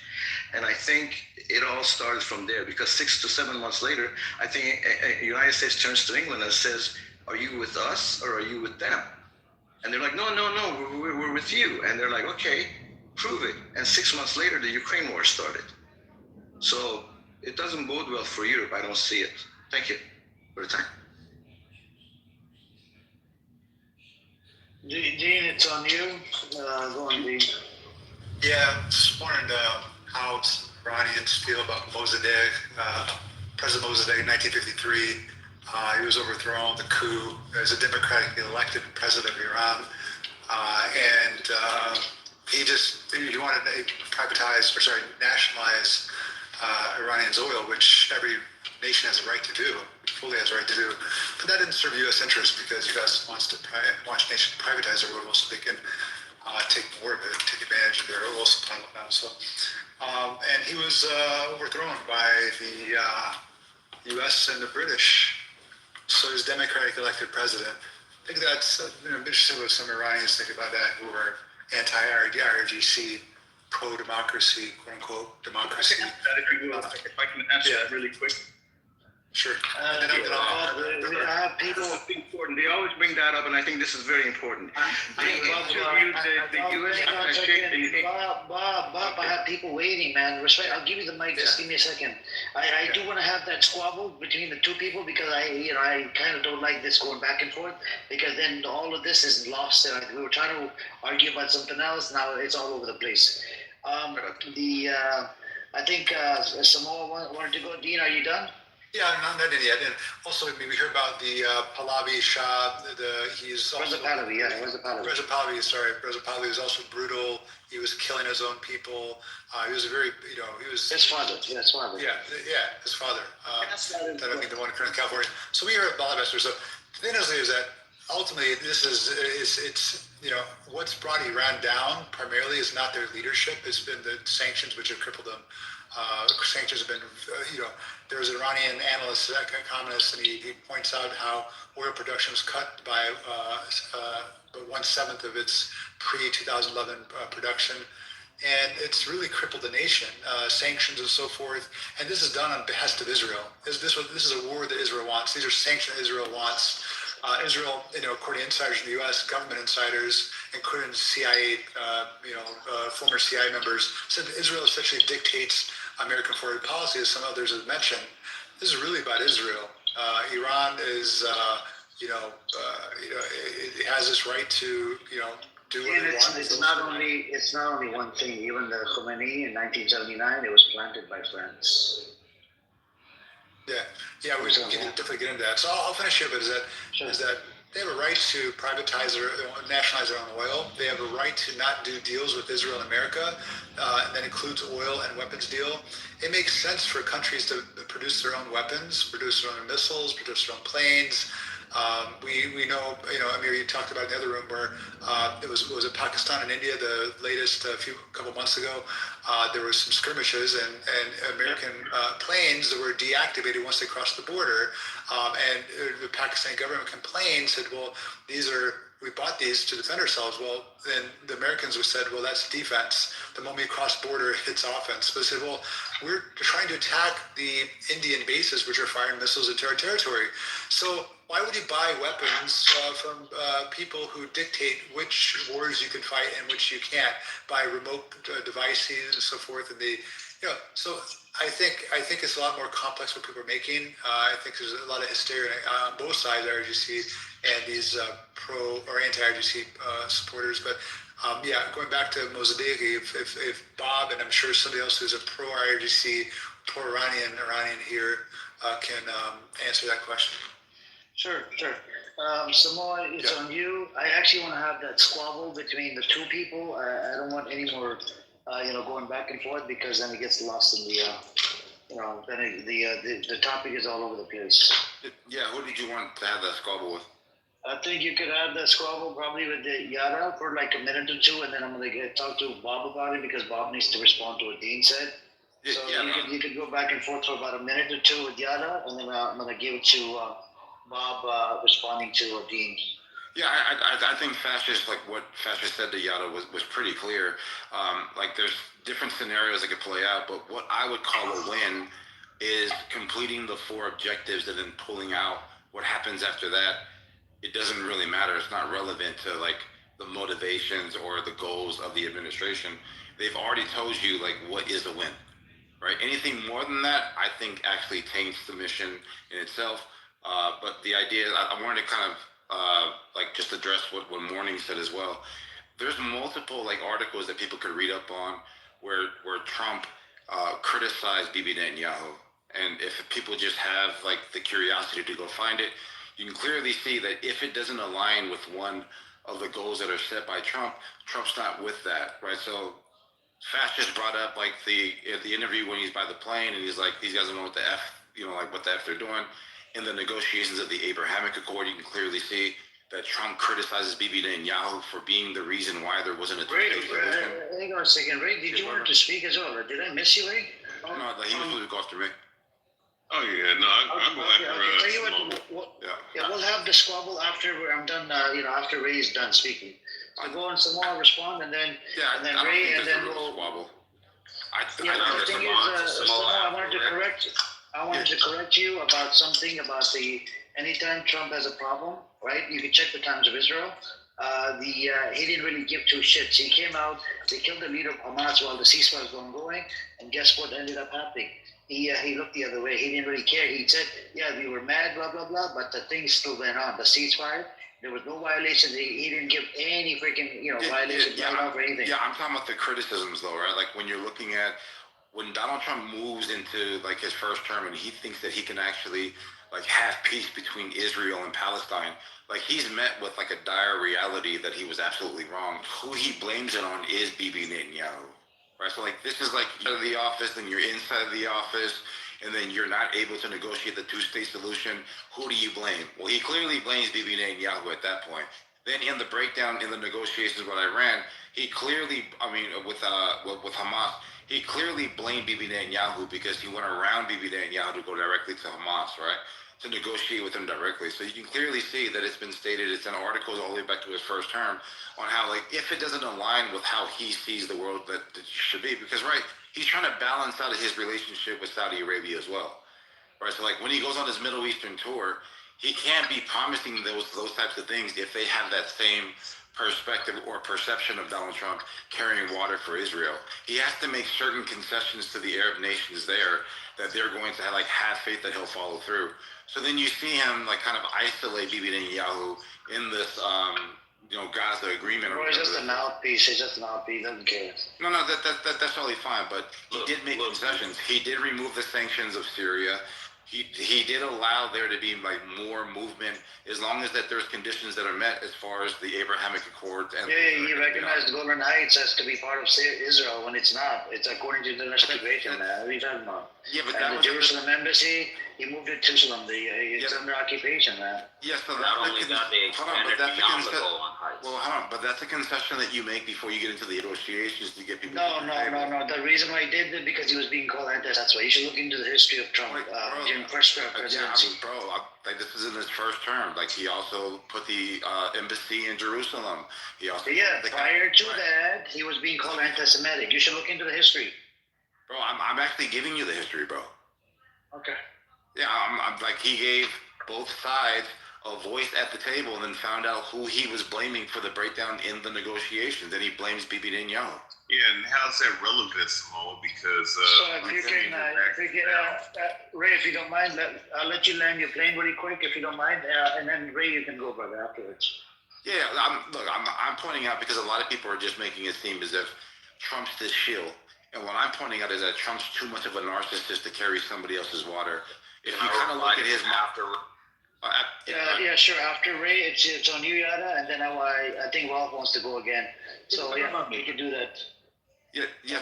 Bob wants to go. Actually, it was after Ray. It was supposed to. I did miss Ray. It was supposed to be me back and forth with Samoa, but you said Ray because you missed. Because there's a lot of people that want to chime in, and it gets hard to get everybody in there. This is why I wanted to control it.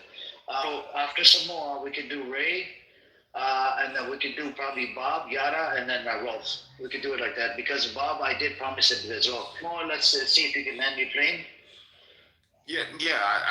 I'm only pointing this out just to kind of show, to draw a divide historically on like what Donald Trump's motivations are.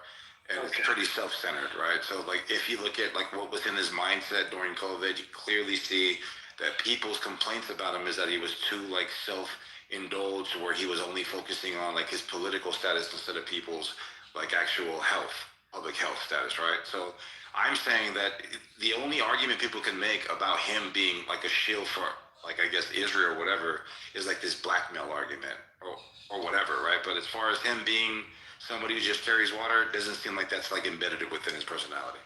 Thank you. Go on, Ray. It's on you, brother. And then Bob.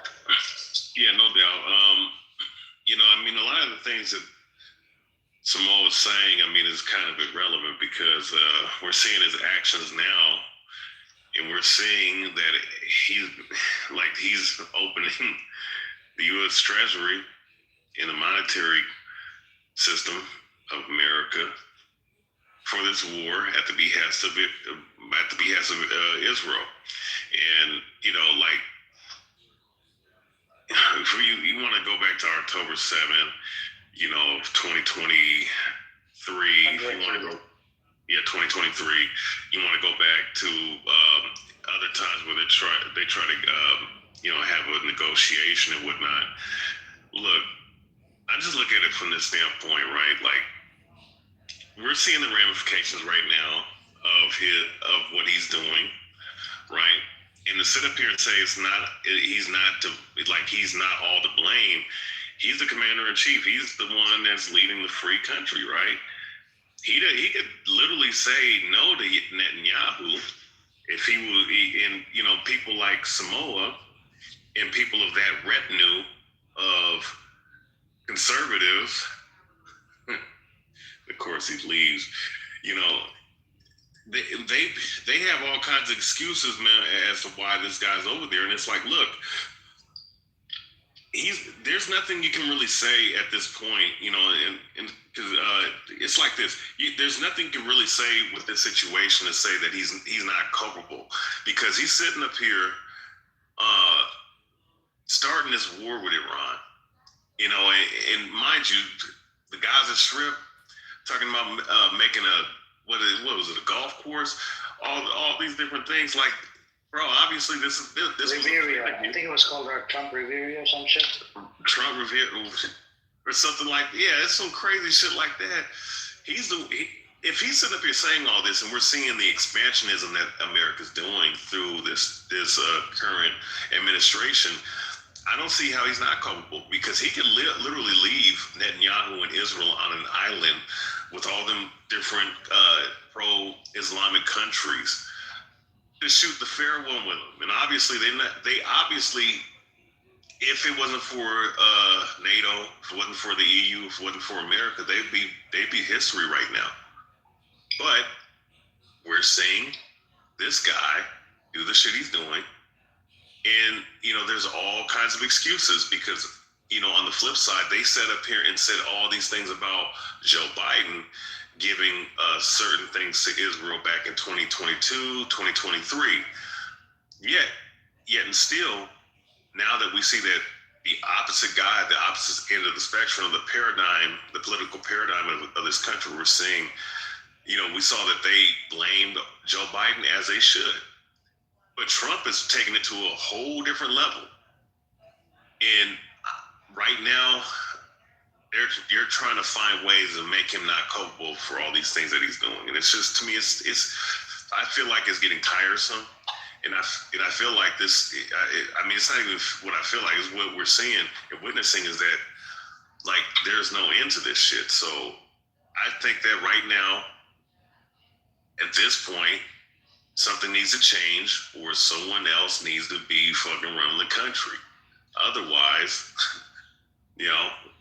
who knows where this war can take, where this war can go.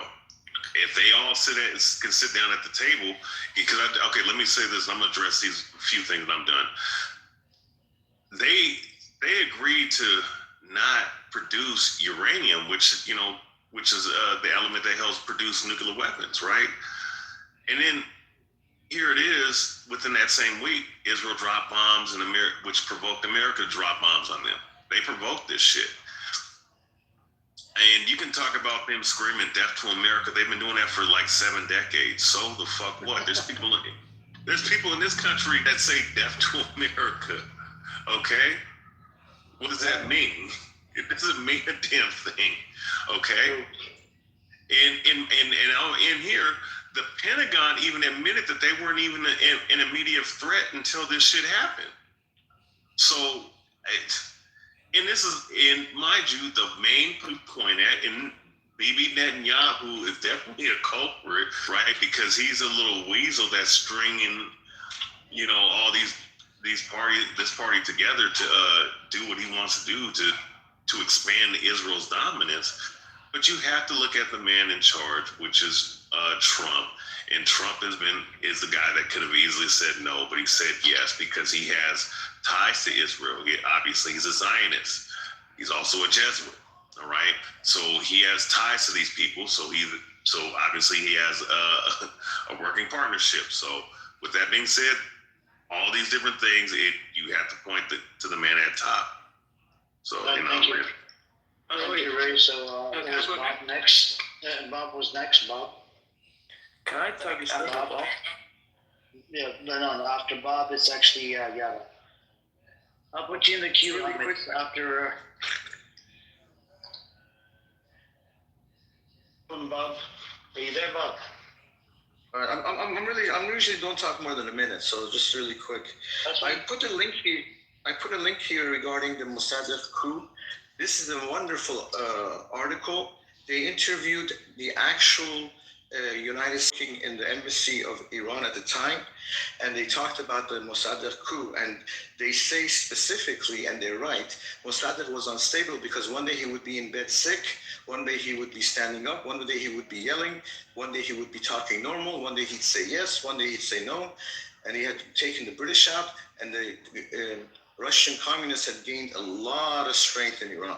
And in the middle of Cold War, the United States was in no mood to play footsies with them.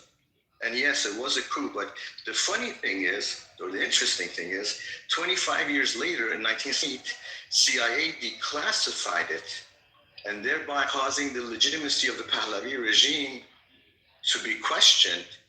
And so the revolution took more momentum, which is very interesting that Trump is saying regime change now, which is fascinating, really, in how it all circles back to what happened then. And I think he doesn't say it by accident. These are the only things I would urge you to read this article, and whoever says Mossadegh or whatever, just say that. One more thing regarding human rights violations of the Pahlavis. When Shah said it wonderfully, he said, when it comes to me, you compare me to the most wonderful democracies, and that's fine. But when it comes to these animals who butcher people left and right, you say, let's have a dialogue. Let's try to understand them. And he said, this I would never understand. And to this day, they still don't say anything about human rights violations at all. Yeah, Like I don't know what you know what I did. I tried to compare the South's time with the today's time. Bob early on, you missed out. A whole bunch of Iranians came through, and they don't know. How does that matter? So even by Amnesty's count, they had 2,500 prisoners, political prisoners, which is fine. I mean, one person is too much, granted. But Afghanistan attacked the United States, a third world country with no army, no navy, no air, and Guantanamo Bay had more prisoners, and they did too there. Whereas Iran had given statements that they didn't. But look at this. China was helping the Cherokee Fadoi.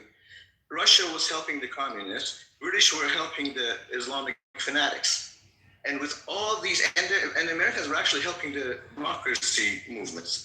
So with all these internal affairs, to have only 2,090%, which by the Canadian's own reporter's own admission, Pahlavi had over 90% approval in 1978. The amount of, this is the final thing I want to say, the amount of money and propaganda spent on the 1979 Iranian Revolution, no country in Europe would survive 3 months. I promise you that. Anyway, that's all I want to say. Bob, Pahlavi had a problem, but it wasn't these things that they're saying. It was the arrogance of the Shah that did it.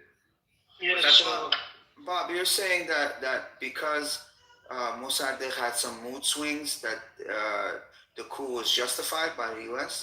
The communists were extremely strong. Russia had gained a foothold. British had he kicked the British out. There were two countries in Europe, in Iran. Russia and England owned Iran. The problem was, by kicking the British out, the Russians had become strong, and the United States was trying to build a foothold in Iran. It's in the middle of Cold War. There is no way. That doesn't take away from him wanting to nationalize the oil and keep the money. That was also, you can ask any British person. That was in the contract. The money, the reparation that we paid, cost Iran more than nationalizing the oil. And one more thing I want to say about that: the seven sisters that convened after World War II, all of them had what? I didn't hear. Say that again. Say that again. The seven sisters that formed after World War II. The seven major oil British Petroleum, for those who only don't British know. Petroleum had assets that they owned in Nigeria and in Iran. That's why they were nationalized, not because of Mossadegh.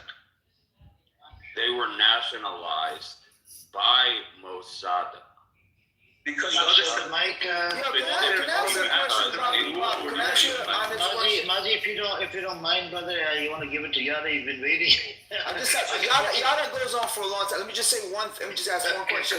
Then Yada, you could go on as long as you want, please. Not as long, bro. We have to. Look, I never go as long as I want. I respond. That's true. You could go way longer than what I'm about to ask. It's real quick. Why, Bob? Up until this war, or up until these new things sparked off with Iran, this Mossadegh history was the same for us. We all understood it a certain way. Why do you feel all of a sudden people are trying to do revisionist history on what Mossadegh tried to accomplish or did accomplish or what happened to him? And it's just being, in my opinion, it's being rewritten by people, and they're just trying to revise it. I don't like it, man. I don't think it's a good thing to do. But it's not a revision. It's the fact that more data came out. If you read the article that I put there, if you just take 10 minutes and read the article that I posted. I'll read it, but I'm saying why out of nowhere, all of a sudden, and up until this year, people weren't saying all this stuff. Because they realized regime change doesn't mean shit. Because the regime changed in 79, the regime changed in 53, the regime changed in 21. England threw away his father. So sent him to South Africa. That's regime change.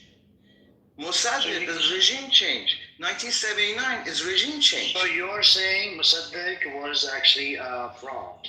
That's what you're saying. I'm saying Mossadegh was a liability for Iran becoming too close to Russia. He in the did middle not of the nationalize Cold the War. oil. He did not nationalize the oil.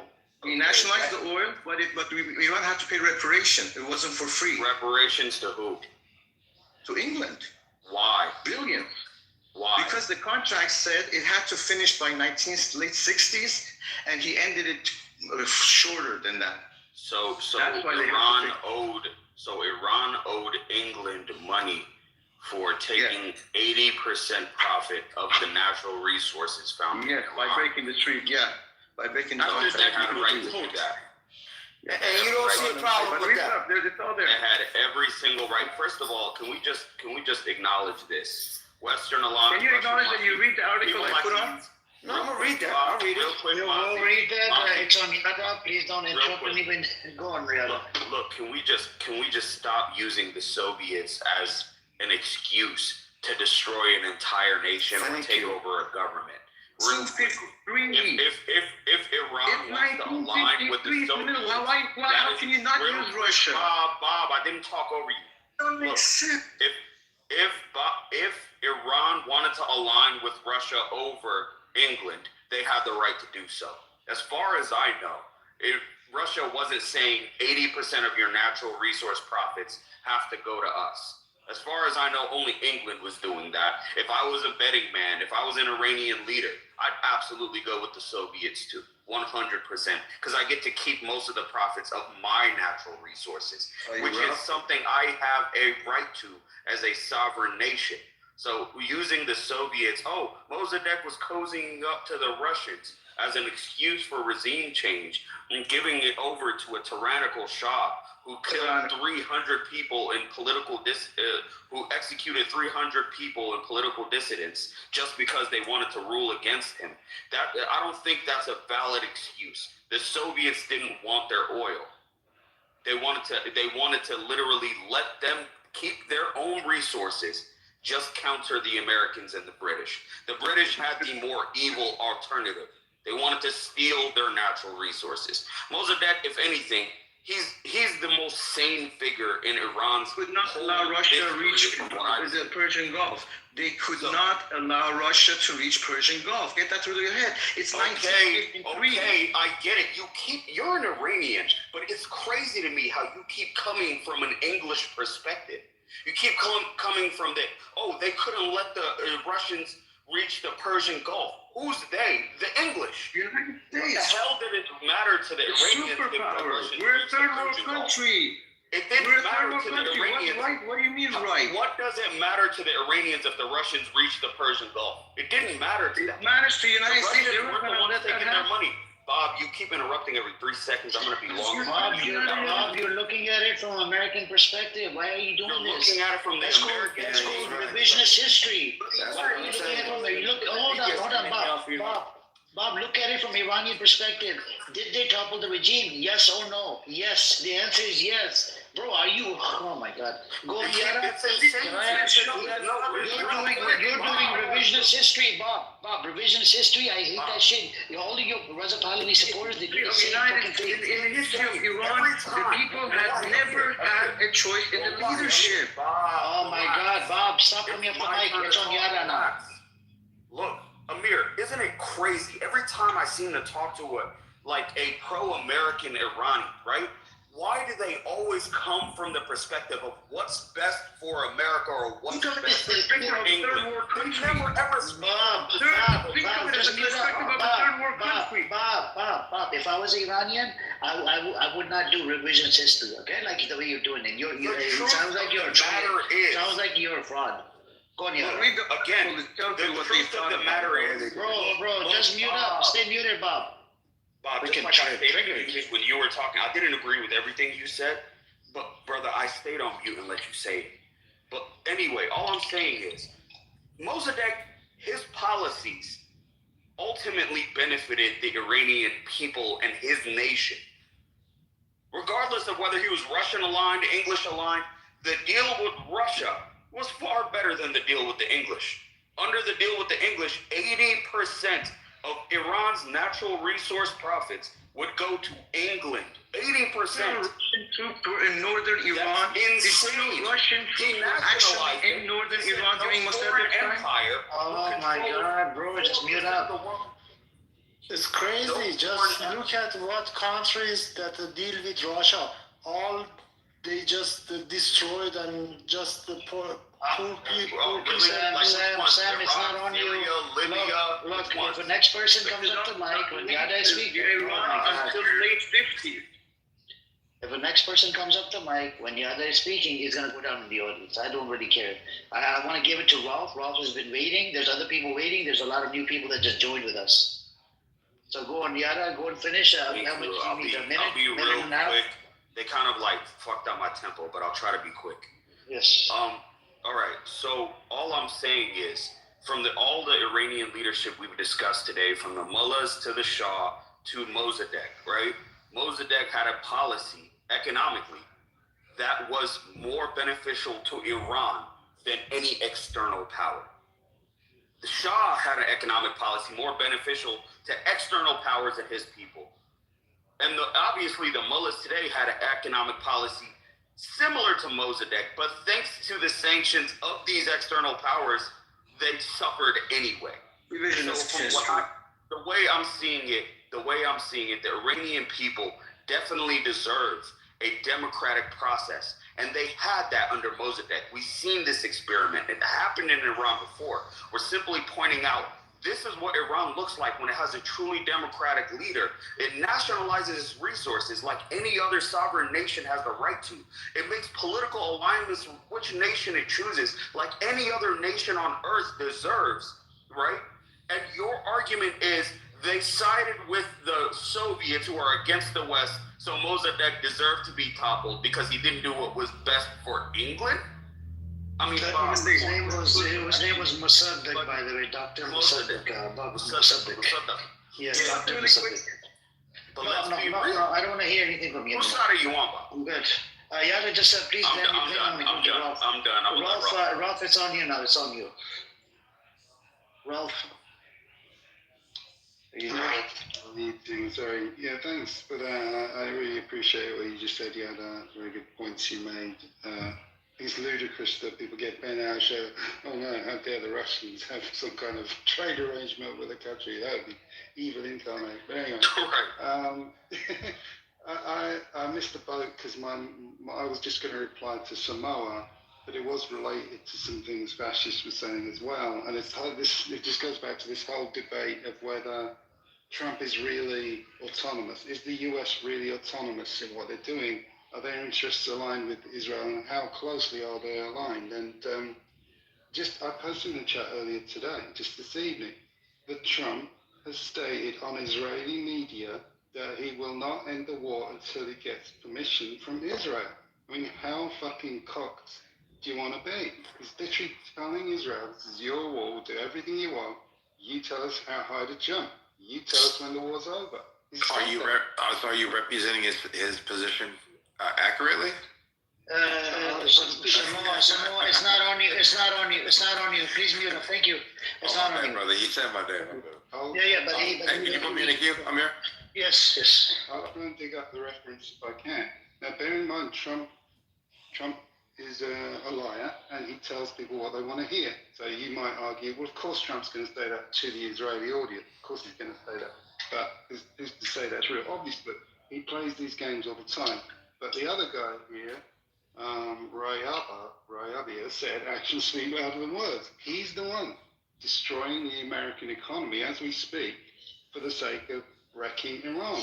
And all the America-centric commentators like Mearsheimer to Tucker Carlson to Jeff, what's his name, Sachs, they all agree from all sides of the political spectrum that US has no real interest. There's no benefit to US right now to destroy Iran.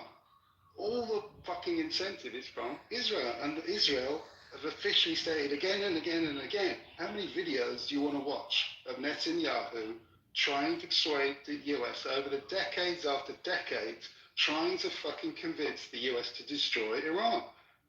I don't see any senators running around frantically trying to destroy Iran. I don't see Americans in the streets every week saying we must desperately destroy Iran. The only fuckers that I've seen say Iran is a threat are people like Trump and hairy fuckface Hillary Clinton, who said Iran is the #1 threat to America and we must obliterate them. What a load of fucking horse shit. And both of these have one thing in common, they're full-on Zionists. Now let's not underestimate Trump's Zionism. He's from a family of Zionists. You can look up the pictures of Fred Trump doing his little ritual with the tiny hat shit.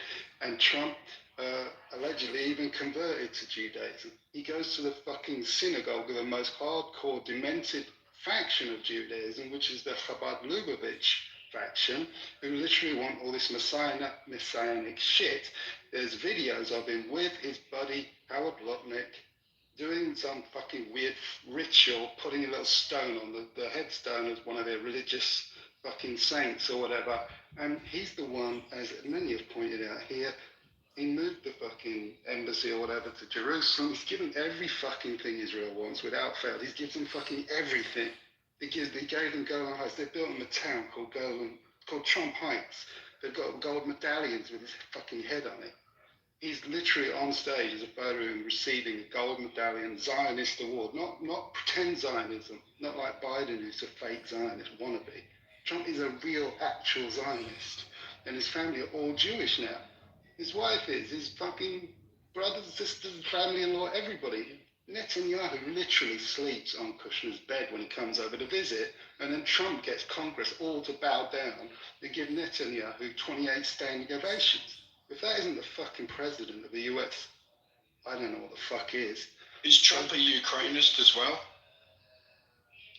Because Let her finish. I got a cue. Yeah, that's cool. No, I've come to a kind of a bit of a pause there, which is fine. I think I've made my point. My point on Trump is he 100% Zionist. That's my position. That's just Ukraine. He plays both balloons. In my opinion, with Ukraine, everything should be filtered through his Zionist perspective. His Zionist perspective is aligned with Israel, which means they want to take down Europe, they want to build up Ukraine, they want to wreck it first, take it away from the Goyim, destroy it, give all the property over to BlackRock so that they can rebuild it. They make their billions and billions rebuilding. They allow Russia to keep the eastern part, but they'll make do with the western majority part of Ukraine, and they'll begin building a province. I put in the link today as well as the southern province is earmarked as a new Jewish state in the southern province of Ukraine. And so, from Trump's point of view, he wants Israel to have Ukraine. But do you agree that Trump spoke tough on Ukraine, but now it's like he doesn't care about Ukraine? Yeah. Well, again, he speaks. That's the point. He speaks things, right? He'll always contradict himself. He'll talk tough when he feels like it, and then he'll pretend he wants to. He lies about. And these things seem contradictory because if the big picture, if everybody's missing the big picture, then things will seem contradictory. Things will seem crazy. Things will seem like they don't add up. But unless you put that final missing puzzle piece into this picture, you won't understand what's happening. Nobody will understand what's happening. I mean, I think Hamid. Not sure if you agree, but anyway, yeah. Yeah, Hamid wants to go. Hamid, it's you, and then I can put some new. I need some new voices as well. So we got Amir.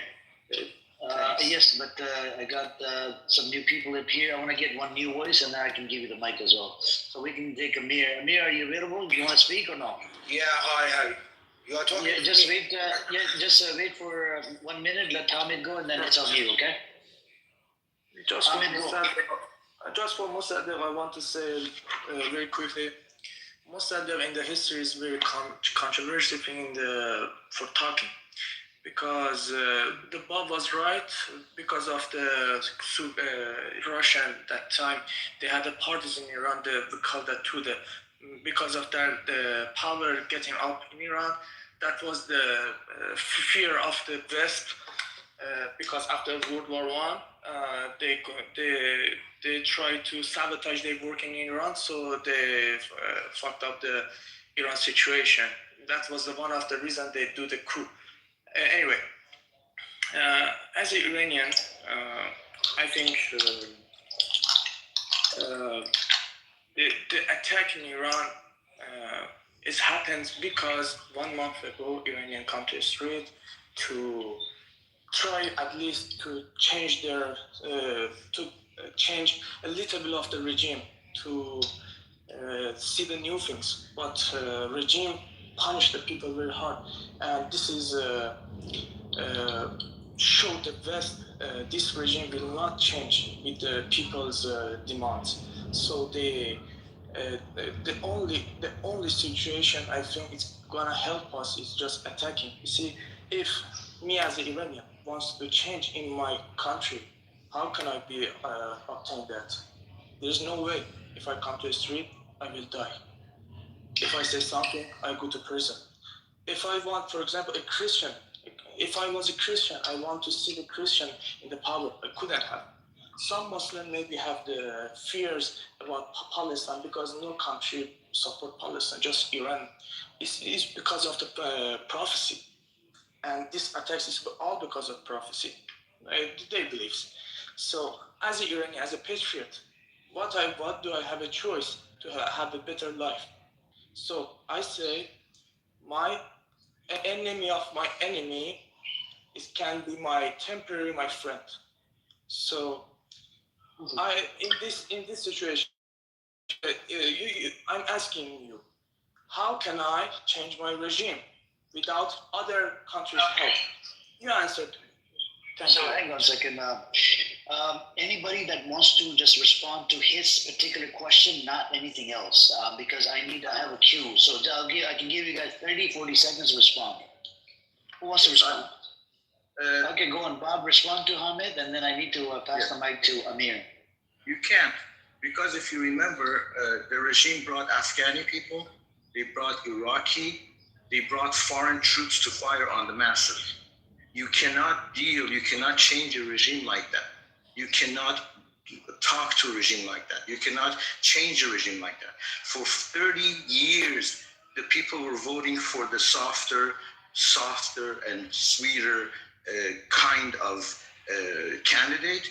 And what happened was they killed even more than the hardliners. Under Pezeshkian, he killed more than the hardliners. Under Raisi, they killed more than the hardliners. Under Khatami, they killed more than the hardliners. Under Rafsanjani, they killed more than the hardliners. So the people tried.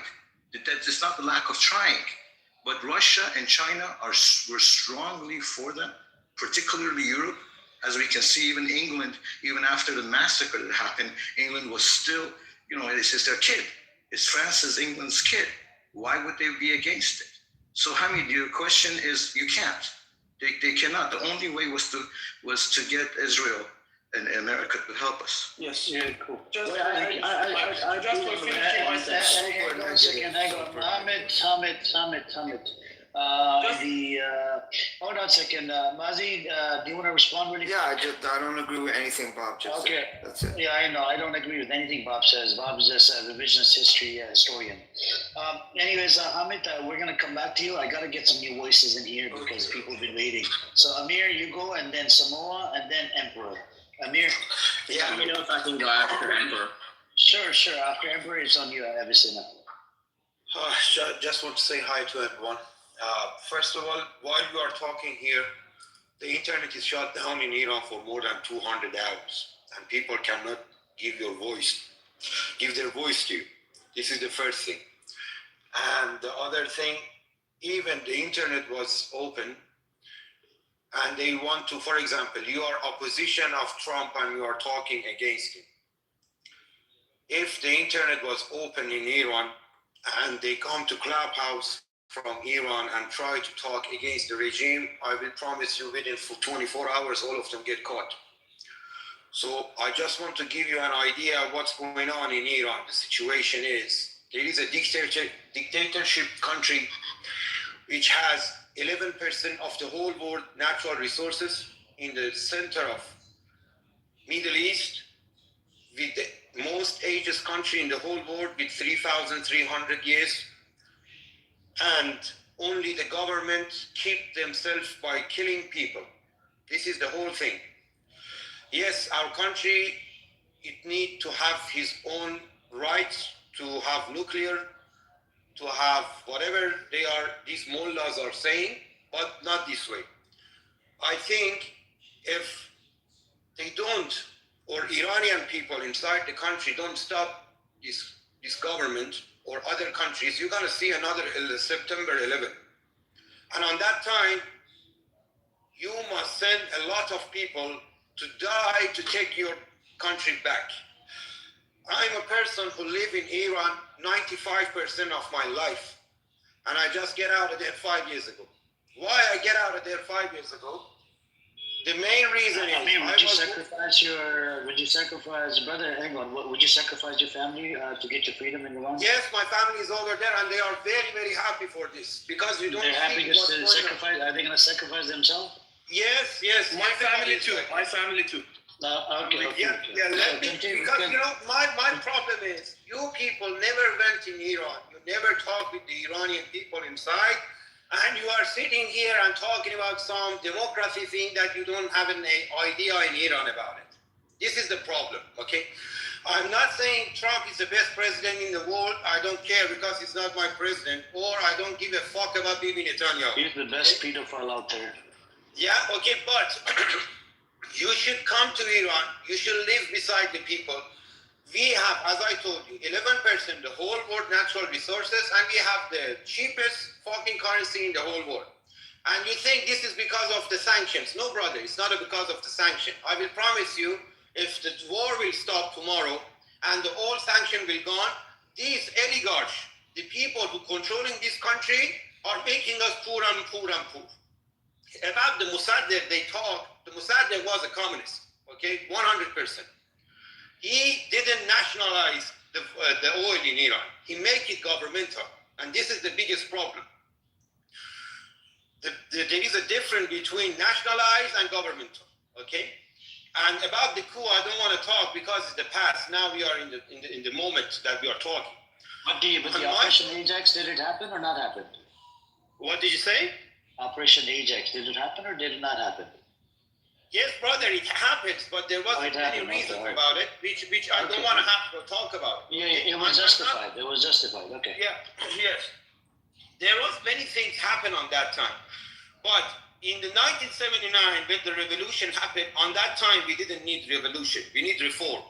But now, we don't need reform. With reform, it's not going to happen, brother. In 1 month ago, they killed 30,000 people, also some of my families, okay? Which they go out with empty hands and try to say to this regime, change your behavior. When the Obama made the sign and make the deal with Iran, everybody thought, okay, this money which they put in the airplanes and send it to Iran gonna help the country. But do you support America attacking your country? Do you support America attacking your country? Yes, I'm supporting the Americas attacking because, as I said to you, there is no media. There is no media. And you support Reza Pahlavi, right? You support Reza Pahlavi? I don't support anyone, okay? Reza Pahlavi is a person who wants to make something that we have to see. That please, nobody come off the mic. Yeah, I'll give you 30 more seconds, brother, and go and finish, and then I gotta give the mic to Samoa, and then Emperor. It's not about Reza Pahlavi or anyone else, okay? It's about the country which for many years give votes to different parties inside this mullah government and nothing get changed at the end. Nothing changed at the end. Many people in my country for decades give vote to different parties from this regime and nothing changed. And in one day they said, okay, we try everyone in this country. Why not we try someone outside? Because they didn't do anything. As I was talking and you disturbed me, please don't disturb me and let me finish because I forget what I was talking about. Sure. Yeah, I was talking about the Obama deal. Obama sent many cash by airplane, flew to Iran. And on that time, and even 7 years after that, I was living in Iran. We say, okay, they make a deal. This is a good opportunity for us. I was working on startup business, and we can start to make business with other countries. We can grow our economy, and we can do something for our country.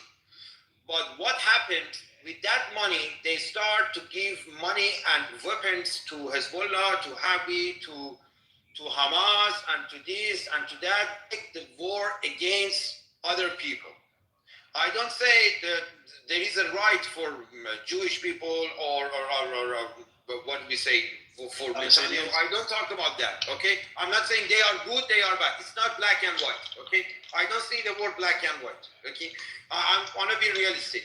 They didn't spend that money. He did not kill baby. He's not a baby killer, Netanyahu. Who started the war? Who gives the weapons? Hold on. Netanyahu gave money to $1.4 billion to Hamas, so he's a terrorist. Netanyahu give $1.4 billion to Hamas? To Hamas, yeah. I can give you our sources. Okay, to do what? To attack them? I mean, he's good. He knew. Shin Bet actually warned us. What does that have to do with Iraq? Bob, hold on. Shin Bet warned Netanyahu that this money is going to be used for terrorist attacks and for weaponry. And Netanyahu just looked the other way. I can provide you all the sources. I have a lot of sources. You're right. So can you do me a favor? Can you do me a favor? Call Netanyahu terrorist? Brother, you think they didn't Brother, know? can you call Netanyahu terrorist? Are you calling Hamas a terrorist? Right? Let's call Netanyahu terrorist. I call both of them terrorists. There is no difference. I call both. You want terrorists to attack your country. Terrorists will kill people. You know, we will accept this. We will accept this for freedom. You know, because you think they're going to give you freedom? Because Iran, it's not Gaza. Okay, Iran, it's not small. As I told you, Iran is a big country, and with 90 million population, they cannot make the war as they make it in Gaza. They don't have the money for that. They don't have that much resource. What they are doing, as I see, that you don't see it because there is no democratic how can I say, press in Iran to show you what exactly is happening. They are day and night talking about one school, and they didn't talk about the whole bunch of other 3,000 missiles they sent to Iran. In Iran right now, all the attacks are going to the police stations, to military areas, which they are killing people. Around 40 days ago, around 30,000 people did. So 1,300 people or more didn't die in Iran from these attacks. 1,300 people are dying with 7 days war, but this regime killed people in 2 days, 40,000. So what does that mean? So that means both of them are wrong. No, you are wrong. What are you talking about? Razi, we have a let's what talking about? That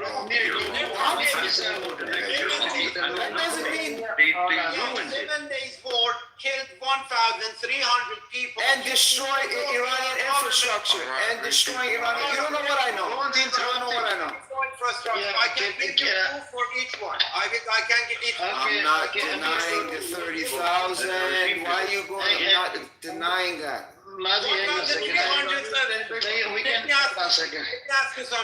Amir, we can come back to you. Amir, I want to give it to new people. I want to hear some new voices as well. Do you mind, maybe hanging out for a little bit? I'm going to come back to you because we can go back and forth. Because I want other people to have a voice as well. So after you was actually Samoa, and then I want to give it to Emperor. So go in Samoa really quick, and then Emperor. And then Avicenna, yeah. Yeah, I think it's pretty important for people on stage and people in the audience to get factual information. So the gentleman that was speaking earlier, talking about like the statement that Donald Trump made, I provided the actual link to the article just to show you like how people misconstrue statements that are actually made. Just for those that want to kind of like run away from these narratives of Donald Trump saying something to the effect of, I'm going to check in with Bibi Netanyahu before I could like stop the war. Let me get the green light from the big guy. Something like that, right? But what just happened here with Mozzie though, like I thought that was pretty discouraging. So he's equating the 1,300 to the 30,000. And I think Amir's position is pretty clear. The 30,000 are all in one category, which would be like innocent civilians. Then the 1,300 is like a mixed bag of IRGC people and people that are like hostile to the civilians. So by saying, hey, they're both wrong, I don't know if that's like an honest way of like engaging with Amir's position. Amir's pointing out that these people that are coming in, regardless on how Amir feels about them, he can applaud what they're doing because the outcome is shared. The desire to be free from this regime, this oppressive regime, is something that they're from, regardless of how they feel of the removing agent. I don't think anybody could disagree with that, right? But no, I just want to just kind of clean up that, just the statement that was made about like what Trump said about checking in with the big boss, Bibi Netanyahu, and then I kind of want to hear Amir and Mazi go at it. So no, by the way, I don't know, did you read your article? Yes. Yeah, so Netanyahu is the one that's going to make the final call, right? No, absolutely not. Did you read it? Literally, the title says Trump's to Times of Israel. It will be a mutual decision with Netanyahu regarding when Iran war ends. Did you read the title? So you got to read the article. No, but did you read the title? Yes, but you got to read the article. What does it say Trump on the title? Well, it's Trump's statements, right? You got to read the article. Bro, respectfully, did you read the title of the article that you posted in the chat? Yeah, like why would you care about the title, Amir? Well, literally, okay. Yeah, U.S. President, for him to reclarify that he'll make final call to end operation at nighttime, says he and PM work together against Islamic Republic. We have destroyed a country that would have destroyed Israel. Yes. It's always about Israel. It's about Israel. No, I'll keep reading. All right, I can't believe it. You should read next time, bro. Respectfully, read the topic of that article. Wait, hold on, Amir. If the article presents you that Donald Trump will have the last word, doesn't that just kill everything that you're trying to say? No, it says it's mutual. It means nothing happens without the consent of Netanyahu, bro. Wait, Netanyahu is the one that. You just read hold on, Samoa. Netanyahu is the one that did the attack. Marco Rubio said that he's the way. Marco Rubio is putting the blame on. Amir, come on. Hold on, Marco Rubio is putting the blame on who? Netanyahu. But Trump came out and said, no, we shared this and that. He wants to take the credit. No, but in my opinion, it is Netanyahu that did the attack. Even the last 60 days, it was 60 days given to Iran to, let's make the deal, whatever, within 60 days. And then all of a sudden, Israel does the attack on 61st day. But with all due respect, Amir, like you're conflating things outside of the four corners of this article here from the statement that he made yesterday. So from the context of the statement that he made yesterday, he's specifically saying Donald Trump has the final say. But they in this mutual military objective or mission or whatever you want to call this, right? Yes, it's mutual, so they talk, and they're going to take Bibi Netanyahu's point of view to account, but the final decision that's being made is by Trump. That's what this article says. Mutual, okay? That's what it says. I'm going down on it, and literally mutual, and the title literally mentions it's up to Netanyahu. When you read the article, doesn't it say Donald Trump clarifies that he will have the last word? It says, I think it's mutual. Hold on, his statement is, I think it's mutual. A little bit. We have been talking. I'll make the decision at the right time, but everything's going to be taken into account. Thank you. Who would make the decision? Donald Trump would make the decision. Can I make a comment here? I can't believe this. Keep it moving. Let's keep it moving, please. Make a short comment. Hold on, Amir, hold on. I want to Morning, do you mind waiting for a second? I want to give to Emperor. It's relevant to the two. Yeah, wait. Hold on, Emperor, hold on. So if it's relevant, it's 10, 20 seconds going. It's totally relevant. So I wanted to ask ChatGPT, this other AI, and ask them both, who owns the narrative with the Iran, Israel, and American war? And the first point says, Iran controls the narrative inside Iran. Israel influences the narrative strongly in Western media, and then U.S. influences the narrative through global media. That's all. Can I have one word in 20 seconds only? It's Emperor Amir, if you don't mind, because Emperor's been waiting for a while. Emperor, go on, Emperor. Okay, so one thing I wanted to first add on to is like this, right? If you looked at Trump's past, he had a history of the same type of patternly behavior. Let's say he starts up a business, he does things that essentially are vanity stuff so he can help get attention, and then the business implodes and he walks out better off. But like all the business partners and everybody who invested and all the people who had their money tied up in it, they walked off like kind of financially destroyed, or they walked off financially less well off. So like it's honestly kind of like it's honestly like his pattern. So, Come on, Emperor. Come on. Let him finish. Emperor, you got another 30, 40 seconds. You want to finish, bro? Yeah.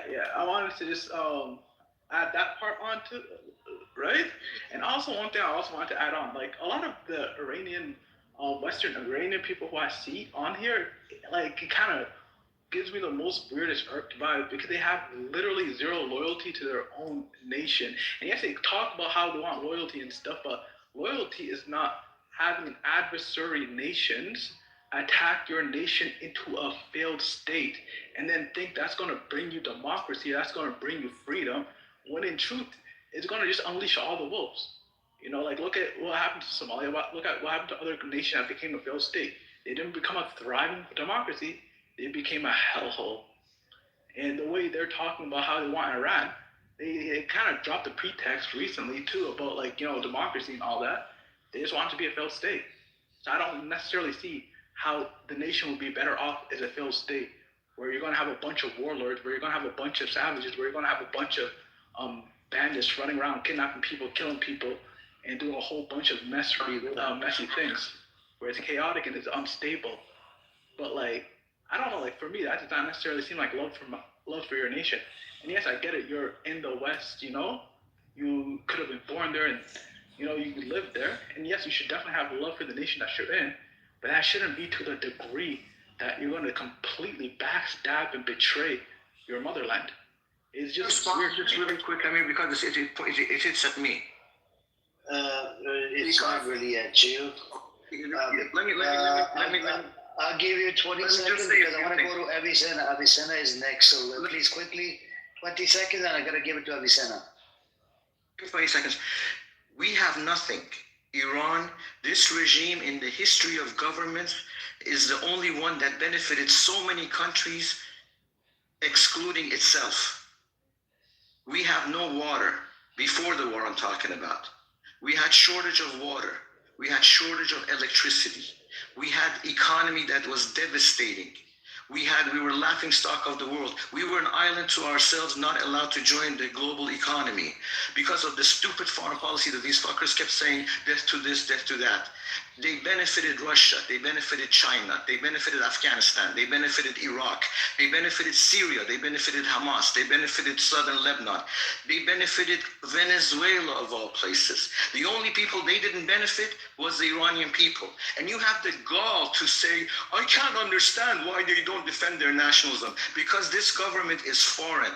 This government is non-Iranian. If you look at them, they don't even look Iranian. They look like savages. They look like something out of a horror movie. Each and every one of them. And who do they kill? You look at the pictures of the dead people. They're beautiful, gorgeous looking young girls, beautiful men. And you have the gall to say that we don't care about nationalism.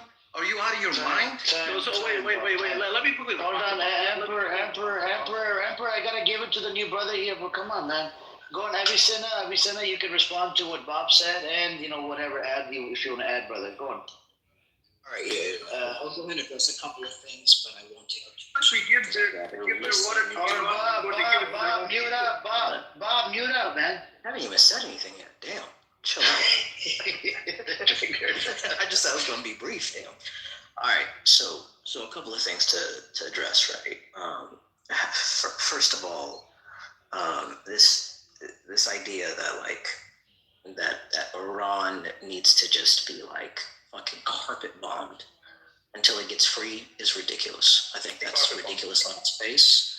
It's a joke. It's ridiculous. At the same time, I think it's important to give, a bone a little bit to some of the Iranians. I think I understand where they're coming from.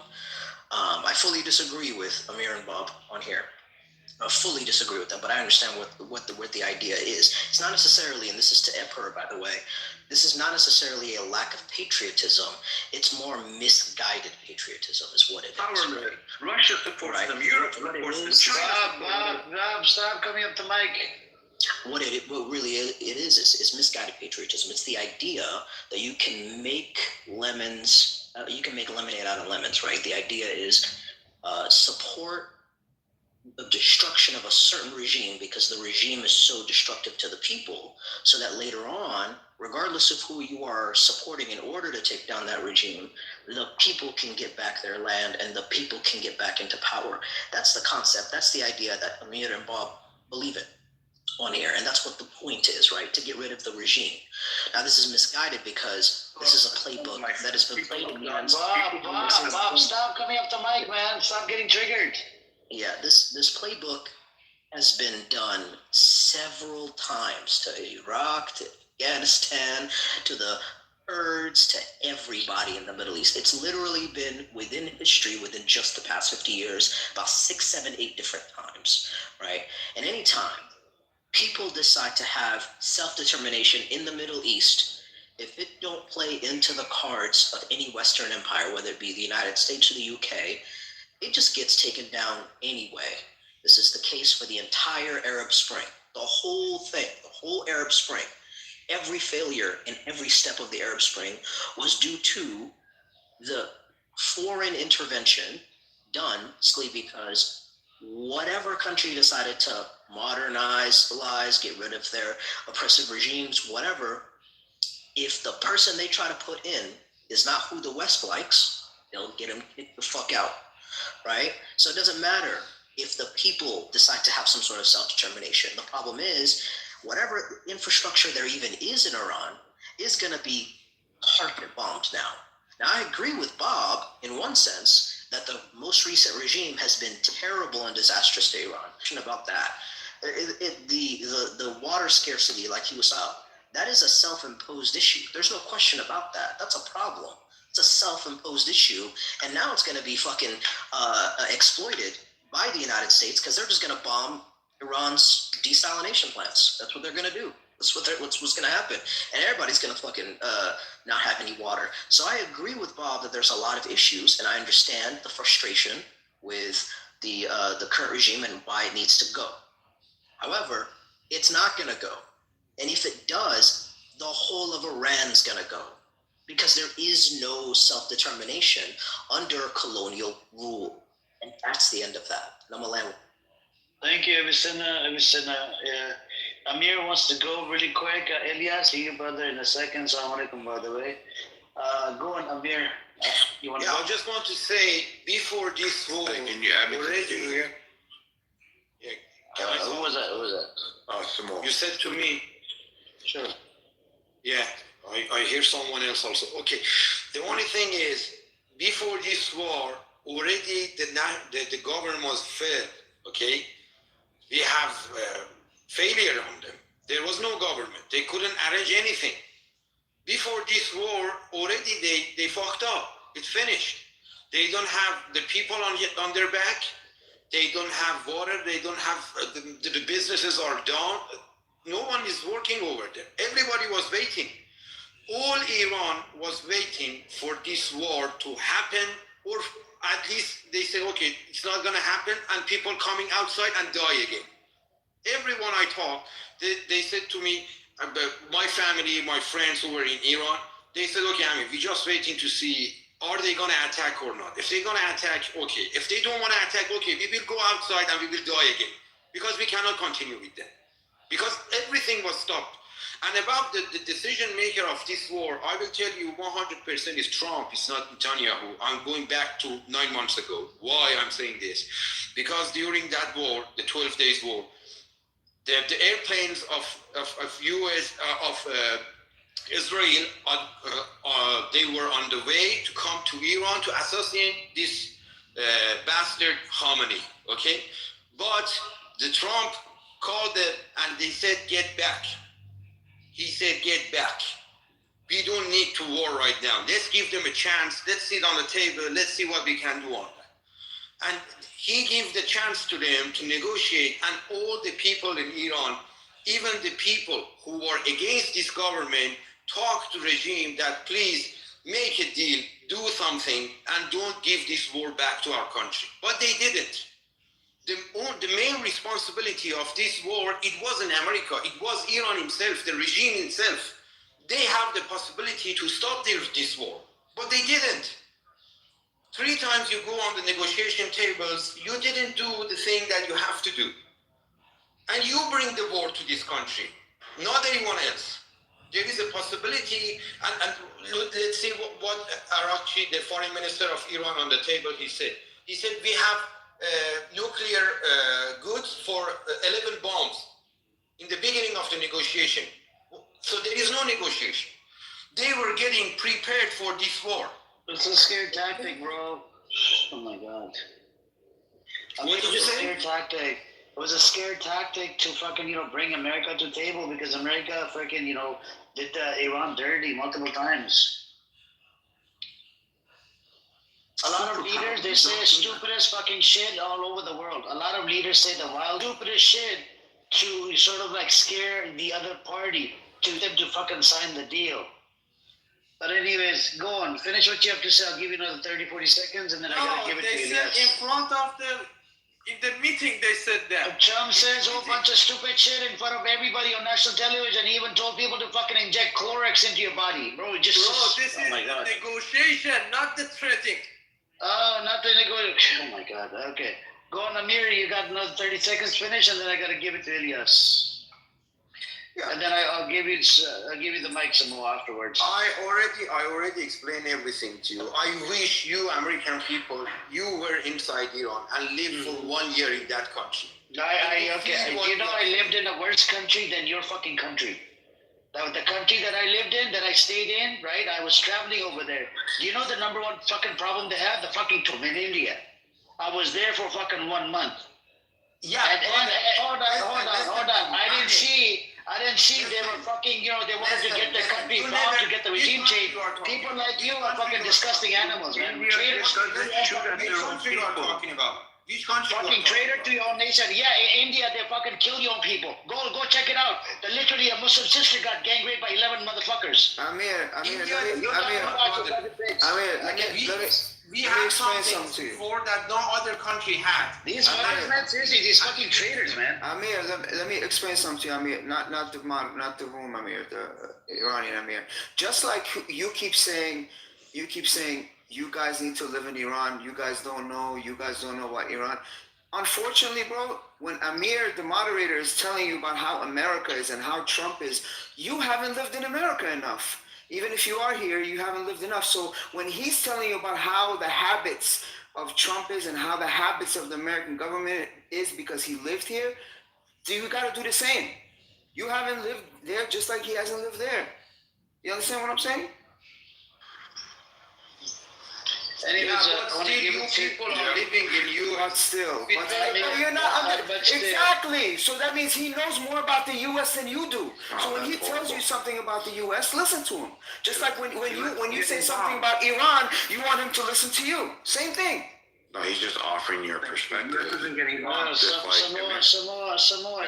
Bob, you're missing my point, Bob. You're missing my point. My point is, Iranians always come here. You know what Iranians in Iran hit me up when my friends and family, when Mamdani New York got elected and he made a speech. Some Zionists took speech out of context and just took the part where he was talking about him being a Muslim and Islam. And then they sent it to me and said, yo, be careful, Mamdani is going to take over New York through Sharia law and do the same thing the mullahs did in Iran. Do you think anybody who knows anything about the United States of America would say something like that? Because they don't know about the U.S. It's the same concept. Just like how you say, Amir saying we don't know about Iran, he doesn't know about the ins and outs of the U.S. So when somebody like Amir is telling, let me finish, I can speak louder than you, let me finish. So just like when Amir is telling him the ins and outs of Trump and what's going on in the U.S., listen. Just like how he wants us to listen to him about what's going on, his experiences in Iran. That's it. Simple as that. Thank you. I want to give it to Ilyas really quickly, and then some more. You'll have the mic after Ilyas. Go on, Ilyas. Assalamu alaikum. Speak, brother. Walaikum salam. I just want to say I forgot the guy who was making this point. I think it was Bob. who was saying that the Iranian Republic has benefited other countries and other nations more than the Iranians. That is actually something we can agree upon, right? And Alhamdulillah that they have done that. That is the difference between self-centered, individualistic people who prefer individual gratification, immediate gratification, and the people who actually love the divine, who love the truth, and who are willing to sacrifice their own life and their own people and their own children and their own families for a cause that is greater than them. So yeah, that's absolutely what? fine. Which is Islam? Yeah, which is the domination of Islam over the whole world, alhamdulillah. Which was the message of Allah subhanahu wa ta'ala. Basically, Iran should help all the Muslim stop coming up the mic, Bob. After some more, you'll have the mic. Yeah. After some more, you'll have the mic. Stop getting triggered. I know. All of this is very triggering to you. And then let me go after Bob, please. Let me go after Bob. Okay, after Bob, it's Avicenna. Avicenna, make sure to trigger him more, brother. Go ahead, Ilyas. Wallah, it's not Gaslight the fuck out of him. This is the difference. This is the difference between the mullahs as a mullah, alhamdulillah. Since I actually studied logic and philosophy, I can have a discussion and I can choose, and I have, alhamdulillah, the self-control to not interrupt my interlocutor when they are speaking. But unfortunately, the non-mullahs, the pahalvis, did not get such an education, and you can see they cannot control themselves as their interlocutor speaks. They need to interrupt in between because they know for a fact their own reality, their own personality, their own psychology inherently knows that they actually cannot answer the mullah logically. That's why they have to interrupt in between and cut off their interlocutor. So anyway, yeah, it is absolutely, we are proud of that. We are proud that the Iranians have sacrificed their resources, they have sacrificed their people, they have sacrificed their militias, they have sacrificed their money, their time, their effort, all of that. For that. What Iranian people voted for that? Bob, he just told you can't freaking. He just told you the whole thing. Oh my God. Nothing works with you, Bob. Nothing works. You're after Samoa. Just wait. Hang on. I'll give you the mic. Thank you, Bob, for demonstrating my point. For demonstrating even more. Bob, hang on. So, Elias, do you need more time? 30 more seconds, brother? Or Yeah, good? for sure. He didn't even let me finish my point. Okay, go finish. Yeah. So Iran right now, alhamdulillah, is the only country, the Republic is the only country which saw the reality of the Zionist state of Israel back in even 1980s and called it out when everyone else was just enjoying. Pakistan was enjoying, Indonesia is enjoying, Turkey is enjoying, the whole Europe, of course, they are going to enjoy. All of them were enjoying the Palestinian genocide and they had no problem with that, right? So I will never condemn the Iranian Republic, right? Till their body count, the amount of people they have killed reaches the amount of people the Western Zionist fascist empire has killed. Once it goes above that, then inshallah I'll condemn that. As long as it is below that, which it is well below that, it is amazing, and we'll keep on supporting it. Because see, nobody in this world is lacks evil. All of us on stage, we are evil. Our tax money, it doesn't matter where you're living, our tax money is funding a genocide right now. And we are fine with that. We are evil. All of us are killing people. All of us are murderers, genociders, and killers. Let's not forget that. So, alhamdulillah, I am proud to be on the side that has killed less people. And everyone else should be ashamed for supporting the Western Zionist, Wahhabist, fascist empire that has killed children in Syria, in Lebanon, in Yemen, in Venezuela, in Vietnam, in Pakistan, and how many more countries do I need? Thank you. Samoa, it's on you, and then Bob. Yeah, thank you very much. I thought it was pretty cool that somebody spoke about being so educated in philosophy and psychology, and educated in like these Western like institutions of media. It's pretty weird that a person would say that you're proud of being like a part of a group of people who've killed the less amount of people, but yet you still want them to meet the threshold to kind of like equalize like the justification or the non-justification, which you would declare as like being bad. That was a little weird, but I just wanted to point out that the term condemn was used, and I think that this term is used quite loosely. I would say if I were a tea leaf reader, somebody is being condemned, like as we speak, and over the past 10 days, we can clearly see where the condemnation is being applied with this pressure campaign. Something that hasn't actually been outside of the patterns of Trump. Somebody earlier was speaking about, let's look at Trump's patterns. From his first term to this term, he's been very consistent with his attitude towards Iran. Outside of like the voodoo or whatever the anti-Semitic trope would be for like holding people in some sort of a mesmerized state, right? It's pretty clear that the motivation is to not allow this Ayatollah or this regime to acquire nuclear weaponry because of their explicit mentioning of death to America. One would say, if somebody says they're going to kill you, you should believe them. Just saying. Yeah, it's pretty clear. So, did you read the article from the foreign minister of Oman that said where they agreed to the terms about nuclear? Did you? I put in the chest. I put the link in the chat. Hey, Amir, did you also read when they said that they sunk the Abraham Lincoln? Yeah. I'm talking about the probably nuclear. don't believe everything. I'm talking about the nuclear. Right, you probably don't believe everything they say. It's coming from the foreign minister of Oman, not fucking my dad. It's foreign minister of Oman. I know what you said, brother. There was a not America, not in fucking mainstream media, not Iranian source. I'm talking about foreign minister of Oman. Brother, I can appreciate the third party fortifying the argument that you're making. Well, they were involved in this negotiation, bro. What are you on about?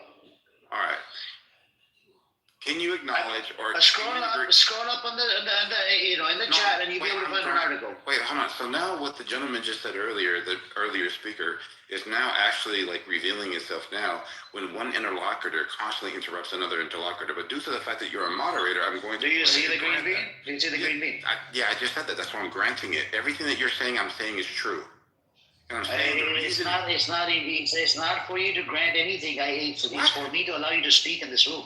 No, you're allowed to speak with my permission. I'm the ruler of this kingdom. Come on. What I'm saying is... Calm down. I'm the king of this kingdom. It's called, what is it called? World Affairs Forum. I don't even know the fucking name of the house anymore. No, I'm saying I'm not debating against it. That's but it's not. It was never about nuclear. And that's the point I'm trying to get at. Well, yeah, it doesn't have to be about nuclear. Then why the fuck would you go down that path? Oh, the nuclear, death to America. Why would you go down that path when you know it was not? It was never about the nuclear. Whoa, wait. So it doesn't. So the pattern I went down was from his first term to what he said. I'm talking about right now. The nuclear. You brought up the nuclear, death to America, all that bullshit that you just brought up. I'm talking about the pattern of behavior that Donald Trump showed with the sanctions that he implemented in the mass pressure program. He wasn't a pedo before, now all of a sudden he's a pedophile. Okay, what do we do now? About pattern of behavior. Bro, what the hell was that? Oh my God, man. Just simply, okay. Bro, okay, get your point. I want to give it to Bob. And make sure to read that article while you're on mute. Brother. Just quickly, I'm not going to try to talk, but I do think that his point about the fascist brother. Fascist brother. Hang on. It's on Samoa because everybody's waiting. It's a queue. So Samoa, go and let you play, and then Bob, and then Avicenna. Yeah, I just want to make. You'll have the mic, brother, after Avicenna. Yeah, I'm only pointing out like his attitude versus or towards Iran isn't something like outside of what we've all kind of like experienced. He's always said, I'm open for negotiations with Iran.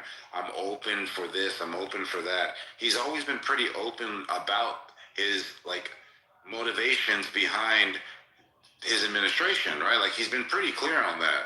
But then there's a certain point where somebody tells you, hey man, I'm actually sitting on enough enriched uranium for 11 bombs. And now the whole scenario changes. Because now it goes to what you could do to what you can do. I'm looking at you different. There's no longer a negotiation of like you stopping your ambitions to acquire something. You already have it now. Now, if there is a conflict, you can use it. So obviously, like the discussions that are happening in like the Geneva or whatever, the negotiations are off because now you've just changed the realities of the situation. So anyways, the point I'm making is pretty clear. Negotiating with you so you don't go ahead and bomb, and then you having a bomb obviously changes the terms. And I had to do it. I just had to do it, right? We had to lock in. Defer the rest of it to Bob. Cool. Bob, it's on you, and I'm about to post that article again for you, only for you, Samoa. You're making me do this extra work now, okay? I said I granted it, No, just read it. All right, Bob, go on. All right. Yeah, I just want to say something really clear here. Elias, you think the regime in Iran is helping the religion of Islam? It's not. In fact, it's detrimental to the religion of Islam. Because now the people of Iran cannot stand that religion. What it did was it caused an entire population to question their religion. Now, you can laugh at this, but if the regime changes and it becomes secular, I will promise you that millions of Iranians may convert. I will promise you that religion and politics together will not ever enter the Iranian realm again if it gets a secular government again. The issue of having a religion in a government, and I know you're Pakistani, and I know Islam is very, very big in your family and in your community, but even the founding fathers of the United States, when they put the pen on the ink and they wrote the first one, it said freedom of religion, because they knew that's the way of colonizing masses. So remember that if you're thinking that it's a good thing to punish a whole population of 90 million people for religion of other countries and keep them all basically without any economic resources, without any future, without any living standards, with nothing, it's going to come back to haunt you, my friend. That's the issue. I know religion is important to you, but be realistic in what kind of a damage it's doing to your religion before you talk in favor. Just because they wear the same hat and the same outfit doesn't mean they're righteous. Okay. All right, Avicenna, it's on you. Please do whatever you can to gaslight and trigger Bob, because he gets triggered every 2 seconds. I'll actually try to be as reasonable as possible. I thought I was pretty dang reasonable because I was steel manning some of Bob's positions, so I don't know why he got mad or anything like that. Okay, so a couple of things to respond to. Firstly, somebody on the chat was talking about how Iran is not Iraq and Iranians are not Arabs. Yeah, no shit. Good job, Sherlock. No shit. Obviously, they're not literally Arabs. That has nothing to do with history. You know, colonization didn't only happen to Arabs, right? Right? Y'all know that shit, right? It's fucking stupid to think that shit only happens to Arabs. I don't know why people think this way. And it's the same playbook. It's been the exact same playbook over and over again. So I think that's silly. Now, to be sort of a little bit on Bob's side, maybe. I do agree to some extent and disagree with Ilyas in his description about how it is a good Muslim-based behavior for Iran to help others more than themselves. I think that's inherently wrong, illogical, and morally silly. I think it's just a fact that the Iranian government did, in fact, to the detriment of their own people, help out others, and that's not Islam. That's not Muslim. That's not accurate. You wouldn't feed someone else's child to leave your child hungry. You wouldn't do that. That's silly. That's the wrong answer, right? You should be able to take care of your own people, and especially when it comes to just management of your own government's basic infrastructure. You shouldn't just give other people straight cash while leaving your own government, your own infrastructure completely unstable, especially when it comes to the basics such as water. Like, that's a big problem. Not having water is insane. Okay, that's just a fact. We don't have to, in order to point out how Bob is wrong about siding with the United States and like literally taking over and beating back the Iranians. We don't have to sit here and pretend like the current administration in Iran does not have serious faults. They are very condemnable. I think we can condemn them openly. And your statement even earlier when you said, I will not condemn the Iranian state until it has killed as many people as the Western Zionist, Wahhabist, fascist world and regimes, that's even sillier. That's definitely not Islamic. Like, you don't have to go off the standards of colonizers as a Muslim. We don't have to do that. We have our own standards. We have our own morals. We have our own dignity. We don't have to do that as Muslims. You don't have to allow someone to kill someone else and go, well, what about England? That's ridiculous. It's not allowed killing people unjustly, period. So I understand where you're coming from, though. We probably shouldn't overlook that. I think it's fair to say that Iran's government is not necessarily worse than what the U.S. would be doing if they went in there, right? That's fair, right? Now, lastly, to respond to some of the stuff that Samoa was saying, the president has actually been the U.S. president has been pretty flippy-floppy on a lot of things.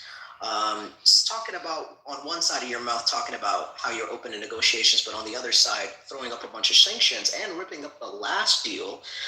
That doesn't look like you're open for negotiations. That looks like you're doing a power grab. Let's be for real here. If we're talking about if somebody says they're going to kill you, you should believe them. Sounds like you want the words of your enemy. And if you're going to believe the words of your enemy, right, maybe you should also be consistent with that, maybe a little bit, right? Let's be for real here. Because guess what? If these guys are all fanatics and they're all just death to America and this and that, right, and they're all doing this because of their religion or because of their government, maybe we should pay attention to what their government head has been saying the whole time. Because guess what? The Ayatollah had put out a fatwa like 20 years ago condemning the manufacturing of nuclear weapons. But y'all didn't give a fuck about that. Nobody gives a fuck about that. Y'all don't listen to that. Y'all don't pay attention to that, right? Their government did, though, right? Which is why they were willing to work with the United States. Their government was willing to make a deal with the U.S. Their government was willing to cooperate with the IAEA and fully stand for all of their testing and pass every single one of their tests every single year, year by year. They were willing to do that. So all suddenly pretending like they're the ones we should be squinting at while we're the ones that we actually ripped up the deal. We needed to renegotiate and lied about the terms under which we needed to do that, saying that we just gave them free money, when in reality that was money we owed them because they bought stuff from us and we just never paid them back. That doesn't demonstrate any good faith effort. That demonstrates a lack of morality on our end, a lack of consistency on our end, and honestly, no reason to negotiate. So somebody saying, I want to negotiate with you after punching you in the face is silly. And I'm going to land with that. Can I go, or is Thank you. You want to respond? Go ahead, let's go. Yeah, I just want to say... Can you put me in the queue too? Sure, after Elias, it's on you. If you go after talking... I'll get in there as well, bro. Go on, if you want to talk about infallibility, so we are rationalists as Muslims. We don't believe in infallibility. Everyone has done evil.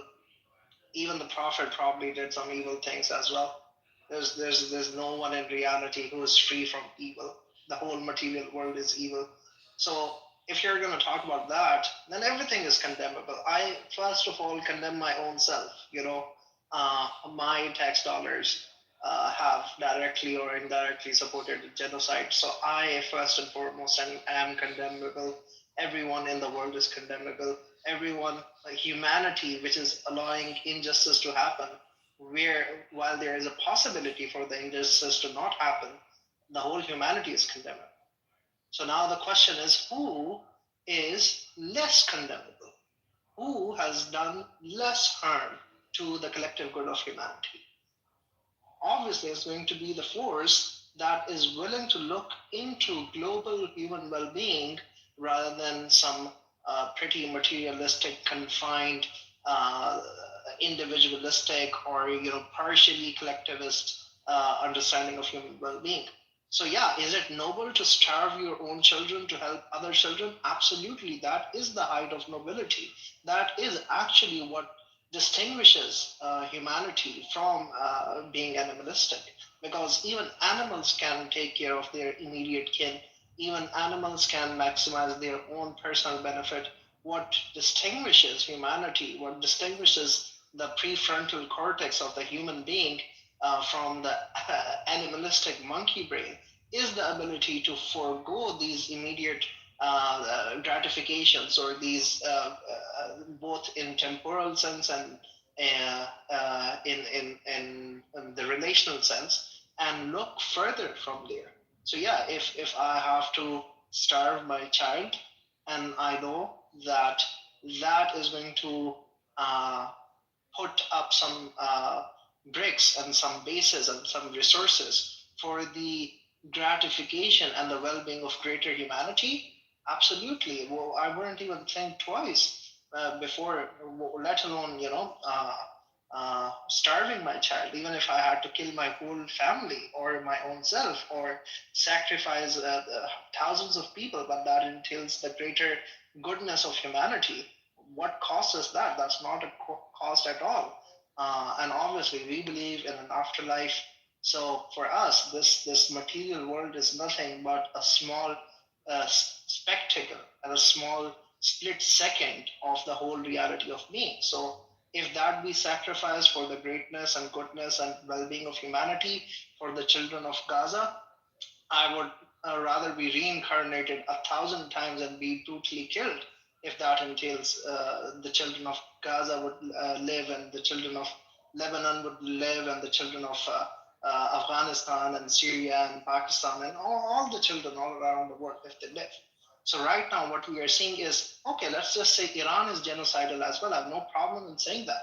If we have a genocidal empire of mullahs against a genocidal empire of fascist, Wahhabist, Zionist, Western capitalists. And it is absolutely clear to me as someone who actually loves humanity and who loves reason and who loves rationality, that the death count of mullahs is not even 1%, is not even 1% of the death count of the Western fascist Zionists. And people do not seem to have a problem with that. They are pretty fine being, these moralists and saying, oh, well, both sides are wrong. Yeah, well, duh, bro, we are living in reality. Everyone is wrong. You are wrong, I am wrong, everyone's wrong. The question is, who is less wrong? And to me, it's absolutely clear that for any rational person who loves humanity, the mullahs have not even done 1% of the evil of the great evil, great injustice these Western neoliberal, Wahhabist, fascist Zionists have done to humanity. It's pretty clear. Yeah. I actually want Avicenna to respond before Samoa goes. Go on, Avicenna. Yeah, I'll keep this short. It's unfortunate because the sentiment, obviously, that's coming from you, yes, I agree with. Obviously, I agree that the more evil a situation, the more condemnable a party would be colonial powers in the West and so on and so forth. Obviously, I agree with that. I don't think there's really a whole lot of room not to agree with that in this sense. So, unfortunately, though, at the same time, the point that you're actually making, the specific point that you're making, would still be incorrect, and you're not really dealing with that, unfortunately, very well. At the end of the day, no, it's not more Muslim or more correct to feed someone else's child than your own. That's silly. That's ridiculous. Every Muslim knows that the responsibility you hold to feeding your own children comes before feeding someone else's children or feeding anybody else. The idea that you did a little goalpost shift there is not missed by me talking about how I would starve my children for the greater of humanity. That's not what we were talking about. I gave you a very specific example. You would not feed someone else's child before you'd feed your own and let them starve. Obviously, that's common sense. No, like I think you even claim to yourself to be a mullah. It would be ridiculous if you were to go in front of people, in front of Muslimin and Muslimat, and tell them it is okay for you to feed someone else's child before your own. That's ridiculous. So I have to stand on that, because at the end of the day, we can't again pretend away the issues with Iran. We can't pretend away that just because there's a whataboutism that we can easily reach to when it comes to the UK or France or the United States. So what? They are a problem. So what? That doesn't mean you got to leave your house unclean, right? You can clean up your own house. You do not have to talk about someone else doing this and that without cleaning up your own house. And that's important. So it's not about condemning everyone, and that's another scapegoat to say, well, everything and everyone all the time is condemnable. That's not what we're talking about. We're being very specific and very contextual. We can say, and walk and chew gum at the same time, that Iran's government is condemnable, and obviously, at the same time, the right answer isn't necessarily to allow Europeans or Americans to come in and do whatever the hell they want. You can say both of those things. It's not simple. It's not easy to just go to say both of those things at the same time. It's not easy, but it has to be done if we want to be rational. And all that. I just want to say one more thing, Elias. You don't have to worry about the regime's children. They all have billions of dollars in Swiss bank accounts, and they're mostly in Canada, United States. So as far as their own children, they're doing just fine. And you proved my point with your last speak, Elias. Thank you.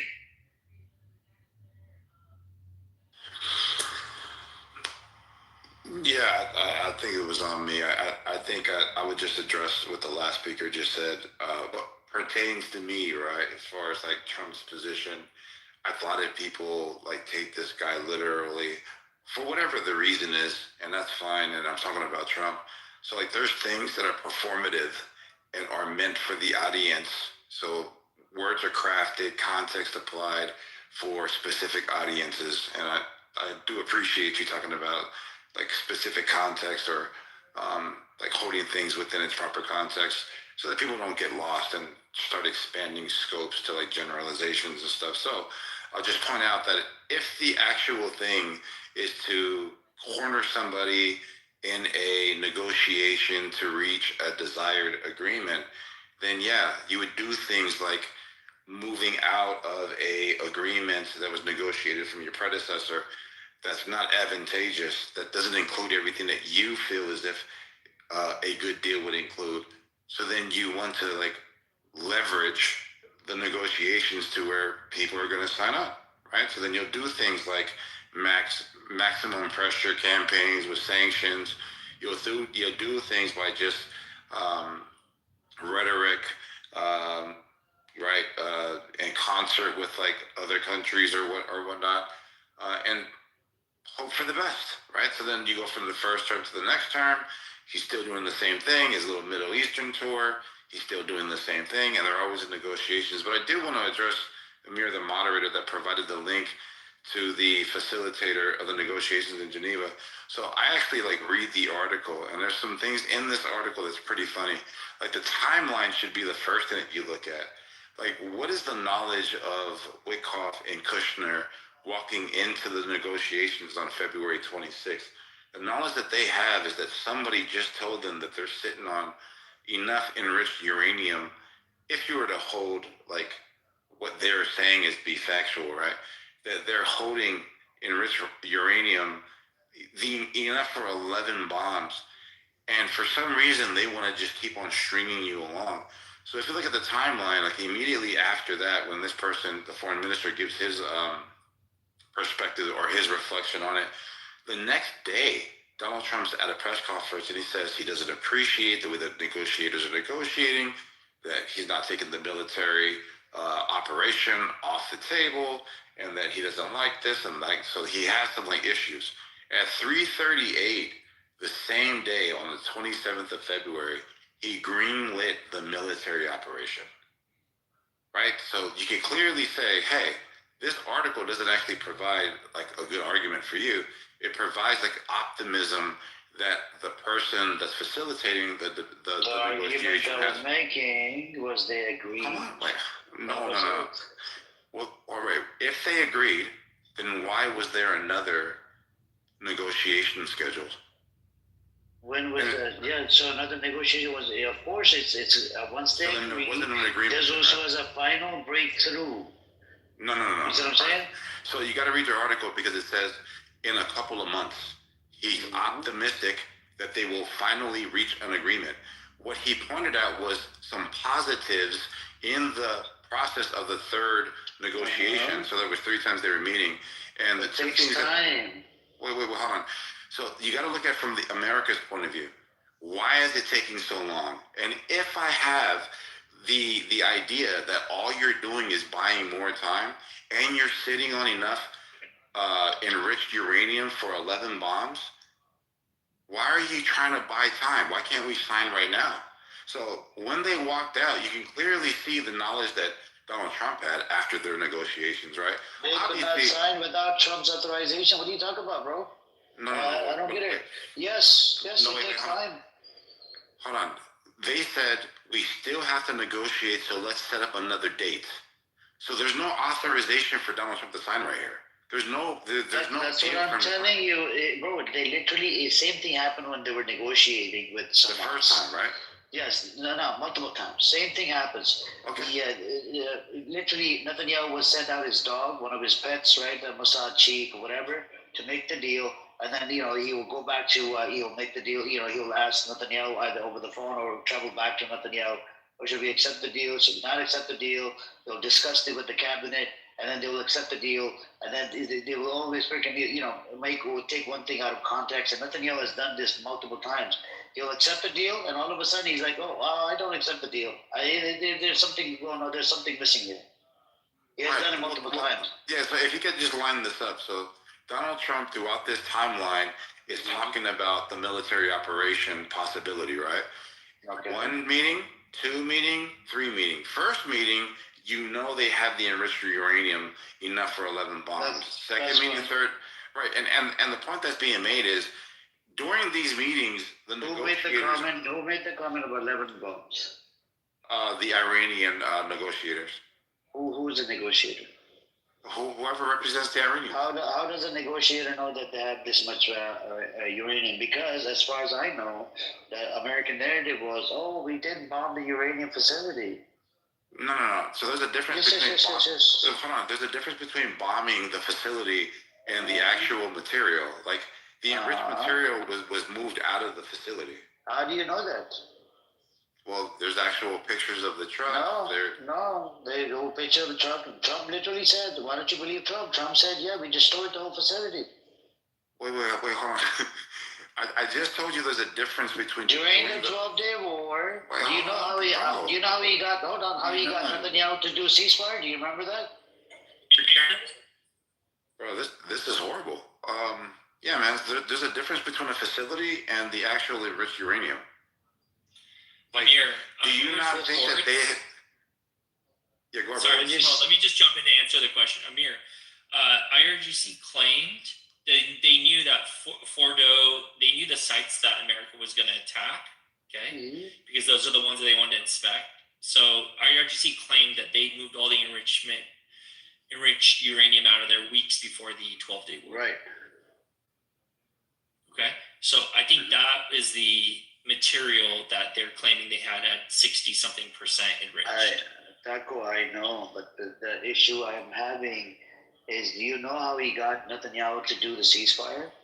By telling him we already bombed the facility, they don't have nuclear, they don't have the nuclear, and all of a sudden CNN comes out with a report saying no, he didn't really do any damage. You see what I'm saying? But when he did throw the bunker buster bomb during 12-day war, whatever, he forced Netanyahu. Do you know his fighter jets were in the air? They were about to throw bombs on Iran.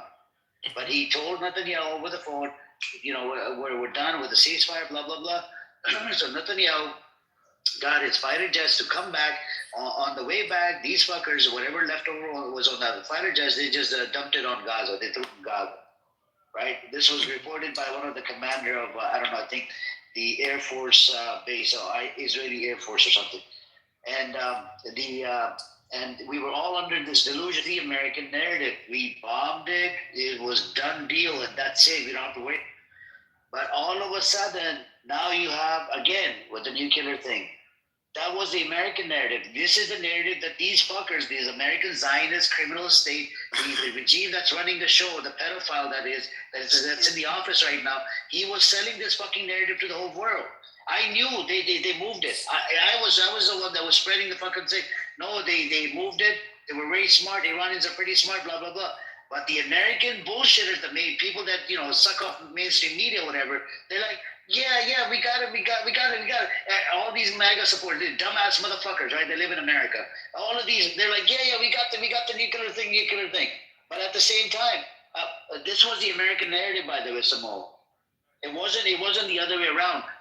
Because people were saying, yeah, we bombed it. Literally, I debated fucking whole bunch of Trumpies in my room and other places.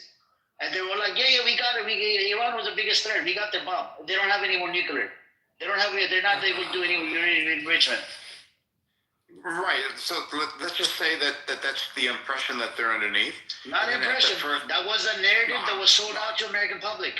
Yes, not the public. I'm talking about like the actual Witkoff and Kushner. And Trump got pissed off, and CNN came up with an intelligence report. No, that's totally fine. But if we were to hold what they're saying as being true, when they walked into the negotiations, they were surprised that they were claiming to have this much enriched uranium. Do you think they could be bullshitting just like Trump walks around and bullshits about everybody? Yeah, I think that it is a possibility that Iran was bullshitting, but it was a stupid move. Regardless if it's real or not, the people sitting across the table, they're not going to find out if it's real or not. They're going to move as if it's a real threat. And you can clearly see the timeline. This was February 26th. But Trump was making a claim with full conviction. We did destroy it. He was pissed off at CNN and all these sources. Totally fine. Go look into it. I want you to go search for it. Trump was pissed off that this is all bogus. All of these reports that are coming out that we didn't really do anything. Yeah, the preliminary report. Yeah, bro, I know everything that you're talking about, but I think that you're kind of like derailing this to something that I'm not talking about. I can say that what you're saying is absolutely factual, but that doesn't actually address the enrichment issue. If the enrichment issue is brought up during the first negotiation, that this is what we actually have, that's a freaking mistake by the Iranians to even disclose that. Because now the negotiation isn't about what it's supposed to be. It's about, oh, shucks, you guys actually really have it? Oh, my God, what do we do now? Right? And America's position in like less than 24 hours was military option, let's go. And if you look at the timeline, like he greenlit it at 3:30. Did you read that one line in there? It says there's something completely new. It really makes the enrichment argument less relevant because now we're talking about zero stockpiling. Al-Husseini said. Yeah, so I read it. It said that they were going to use whatever they had in storage and convert it to fuel because it can't be reversed. Yes, I read your whole, bro. Like, this is what I do. I read your whole article, yeah. Right? So then that's what they're promising to do. So if you're to take Witkoff and Kushner's counter, they're saying, hey, look, we'll give you nuclear energy for free forever. And they declined it, right? So this piece that you offered is to project optimism to anybody that's thinking about like this negotiation, that there's a lot of good things happening here. It's not throwing any type of like negative waves towards it. They were very close to making a deal based on this article. Well, that's if you're kind of looking at it the way. Well, anyways, the point I'm making is pretty clear. You can clearly see that the Americans weren't happy. And if you're at the negotiation table, which American wasn't happy? The Witkoff and Kushner. They were not happy. Yeah, because what they conveyed to Trump within the 12 hours, Trump responded. Did they lie to Trump or were they honest? Brother, how the hell am I supposed to know? What the fuck? I'm asking you. Did they lie? You're the one making this claim that you're the one that making the claim that they conveyed the message to Donald Trump, the orange man, the pedophile, They were being honest. Amir, like I'm inferring that what was conveyed to Trump was honest from their take, because Trump's response was, I'm not happy with their negotiators. They're not negotiating right. Something to that effect, right? And then 2 hours after he made this statement, he greenlit the whole operation. So whatever came from that February 26th meeting, they didn't like it, and they moved on it, right? So that's the only point that I'm making. Like, I'm not the guy that's just going to read your title on the article. I'm going to read the whole article, and I'm going to make it make sense by placing it within its chronological, like, order, like, as far as what the events are. But I don't want to get bogged down here. I just want But did Marco Rubio put the blame on Israel? No. What? Oh, you're talking about the soundbite about him saying Israel was going to go, so okay. Like, if you just use the soundbite, but if you just, like, contextualize his whole press conference, you can clearly see what he meant. Yeah. I'd just like to say goodbye really quick. Thank you, Amir. Thank you, everybody. It was a fascinating room, and I look forward to the next discussion. Yeah, no problem. I take care, Bob. Again and again, it comes back to Trump's objectives are not the same as Israel's objectives. But more importantly, how Trump's position has changed rapidly with the Greenland crisis. I keep coming back to this, just as a reminder, because,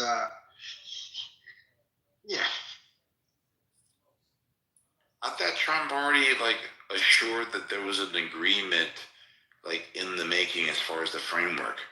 That there was already, like, right, like, the important things are already agreed upon. They just got to write it out. I don't know if it's the enclaves that are going to be designated as sovereignties as far as, like, where their bases are in Greenland, or whatever the deal looks like. I thought that was already a settled thing. I understand Trump coming out with a less favorable deal for the United States. By the way, Samoa, you were making a point back before, and I thought it was a really good one, but now I can't remember what it is because I've been listening to so much of the other stuff. So I can't bring that up again. So just real quickly, I really don't care about the whole Greenland situation, just on the year-round stuff, right? So I think there needs to be a little bit more clarity for people on what it means to just have. What you think they're disconnected, Avi? No, I just don't care about it. There's a lot of conflicts happening everywhere. I'm not talking about the Lebanon situation either right now, even though that's a thing that's happening right now. So I'm just focusing on one thing because that's already a big ass conversation to even have, rather than moving on to something else. But yeah, so like, I don't think it's something else, but yeah, it is. So the point that or the thing that I'm getting into is the whole concept of this whole, like, we keep talking about it but not really dealing with the whole enriched uranium and how much enriched uranium they had and how much of a danger this enriched uranium is. But let's be very clear here. Yes, Iran had, or at least claimed to have, a whole lot of enriched uranium, about 60%, I believe, at some point, of enriched uranium, right? That doesn't mean that they can make a bomb right then and there. That's not what that means, right? I want to make sure people are clear. They could make dirty bombs. They can't make bombs, right? Like dirty bombs. Well, they can still. No, hold on a second. I mean, dirty bombs are pretty effective. Dirty bombs do not require enriched uranium. They could have made dirty bombs 100 years, like 10 years ago. They could have made that. That's not what we're talking about. We're not talking about dirty bombs, right? You don't need to enrich uranium for that. So that's not really the problem here. In fact, enriched uranium being used for dirty bombs wouldn't even be the reasonable thing to do. That's not what you would use that for. It'd be a waste. Well, no, I mean, but I'll bring up the dirty bombs because let's just say, for instance, that Iran wanted nuclear deterrence. They have the capacity already to produce dirty bombs. That's always been the case. That's right. Yeah, but that's not what we're talking about. That's a distraction from the point that I'm talking about. That has nothing to do with what I'm talking about. I'm not talking about dirty bombs. It does have a little bit. No, it doesn't. What it means is, what was the purpose of the different things? We're not talking about any sort of deterrence. I'm not talking about any sort of deterrence. Okay. I'm not talking about any sort of assuming that the Iranian enrichment was for the purpose of producing nuclear weapons. The official IRGC, the official Iranian government position was that it was for energy problems, the self-sufficiency with energy, not nuclear weapons. Yes. Okay. So we might infer from this that if they had the capacity to build dirty bombs, which are significant enough deterrent, let me tell you, in fact, probably even more. You would not build dirty bombs. You would not build nuclear. You would not build dirty bombs from enriched uranium. That's not what you would do. That doesn't even make any sense. Sure. Imagine a Fatah missile now dropped on Tel Aviv with dirty uranium bomb. That would you keep saying that. I don't think you know what that means. You make them dirty, bro, by throwing a dirty bomb. You gotta come down. I don't think you understand what that means. Like, just throwing in uranium, U-235, does not mean that now you're gonna fucking actually kill people with U-235. That's not what that does. Okay, so let's chill out for a second. Okay, can we agree on one thing? That's not what you're using. I just want to get an agreement with you. Go ahead. Okay, illogical. Okay, so you don't think that a singularly detonated dirty bomb on Tel Aviv would be? I don't think you know what a dirty bomb is. Genuinely, I don't think you know what that is. You think putting U-235. I think you're just saying that because you're saying where I'm shutting it down. No, you're not making sense. I don't think you know what a dirty bomb is. You think any sort of radiological. Okay, so do you think that just putting U-235 all up in a Shahad missile, any kind of drone, anything, would make it a dirty bomb? Like it would actually go around killing people due to radiological exposure? It would contaminate. No. The answer is no. The answer is no. It's like a chemical weapon. It's not at all like a chemical weapon. Well, it is because you're distributing a radioactive chemical at the First of all, that's all radioactive chemicals. They're all chemicals. Everything that's radioactive is a chemical, so that's a silly statement. Exactly. Second, meaningless. Different levels of radioactivity. That's true, but it's not a problem. I think you're an communicator. I'm going to back at you. Please do, because you're not making any sense and you're going into a lane of obscurity. We're not talking about dirty bombs at all. That was not even close to where I was going. And that's a silly thing. Nobody's worried about Iran making dirty bombs with the U-235. That's a fucking insane and idiotic thing in the world. Like, ridiculous. They could just go and get fucking cobalt. They could just go get cobalt from medical sources and dirty bombs. Not fucking U-235. That's stupid. That's actually stupid. Like actually stupid. So hold on a second. No. I just have to very quickly shut that down because it's more important to talk about what Iran could actually do and what they would do and what is an actual threat, perceived threat, right? Which is making nuclear weapons, nuclear warheads with U-235, which is the enriched uranium, right? Which is fine. Right.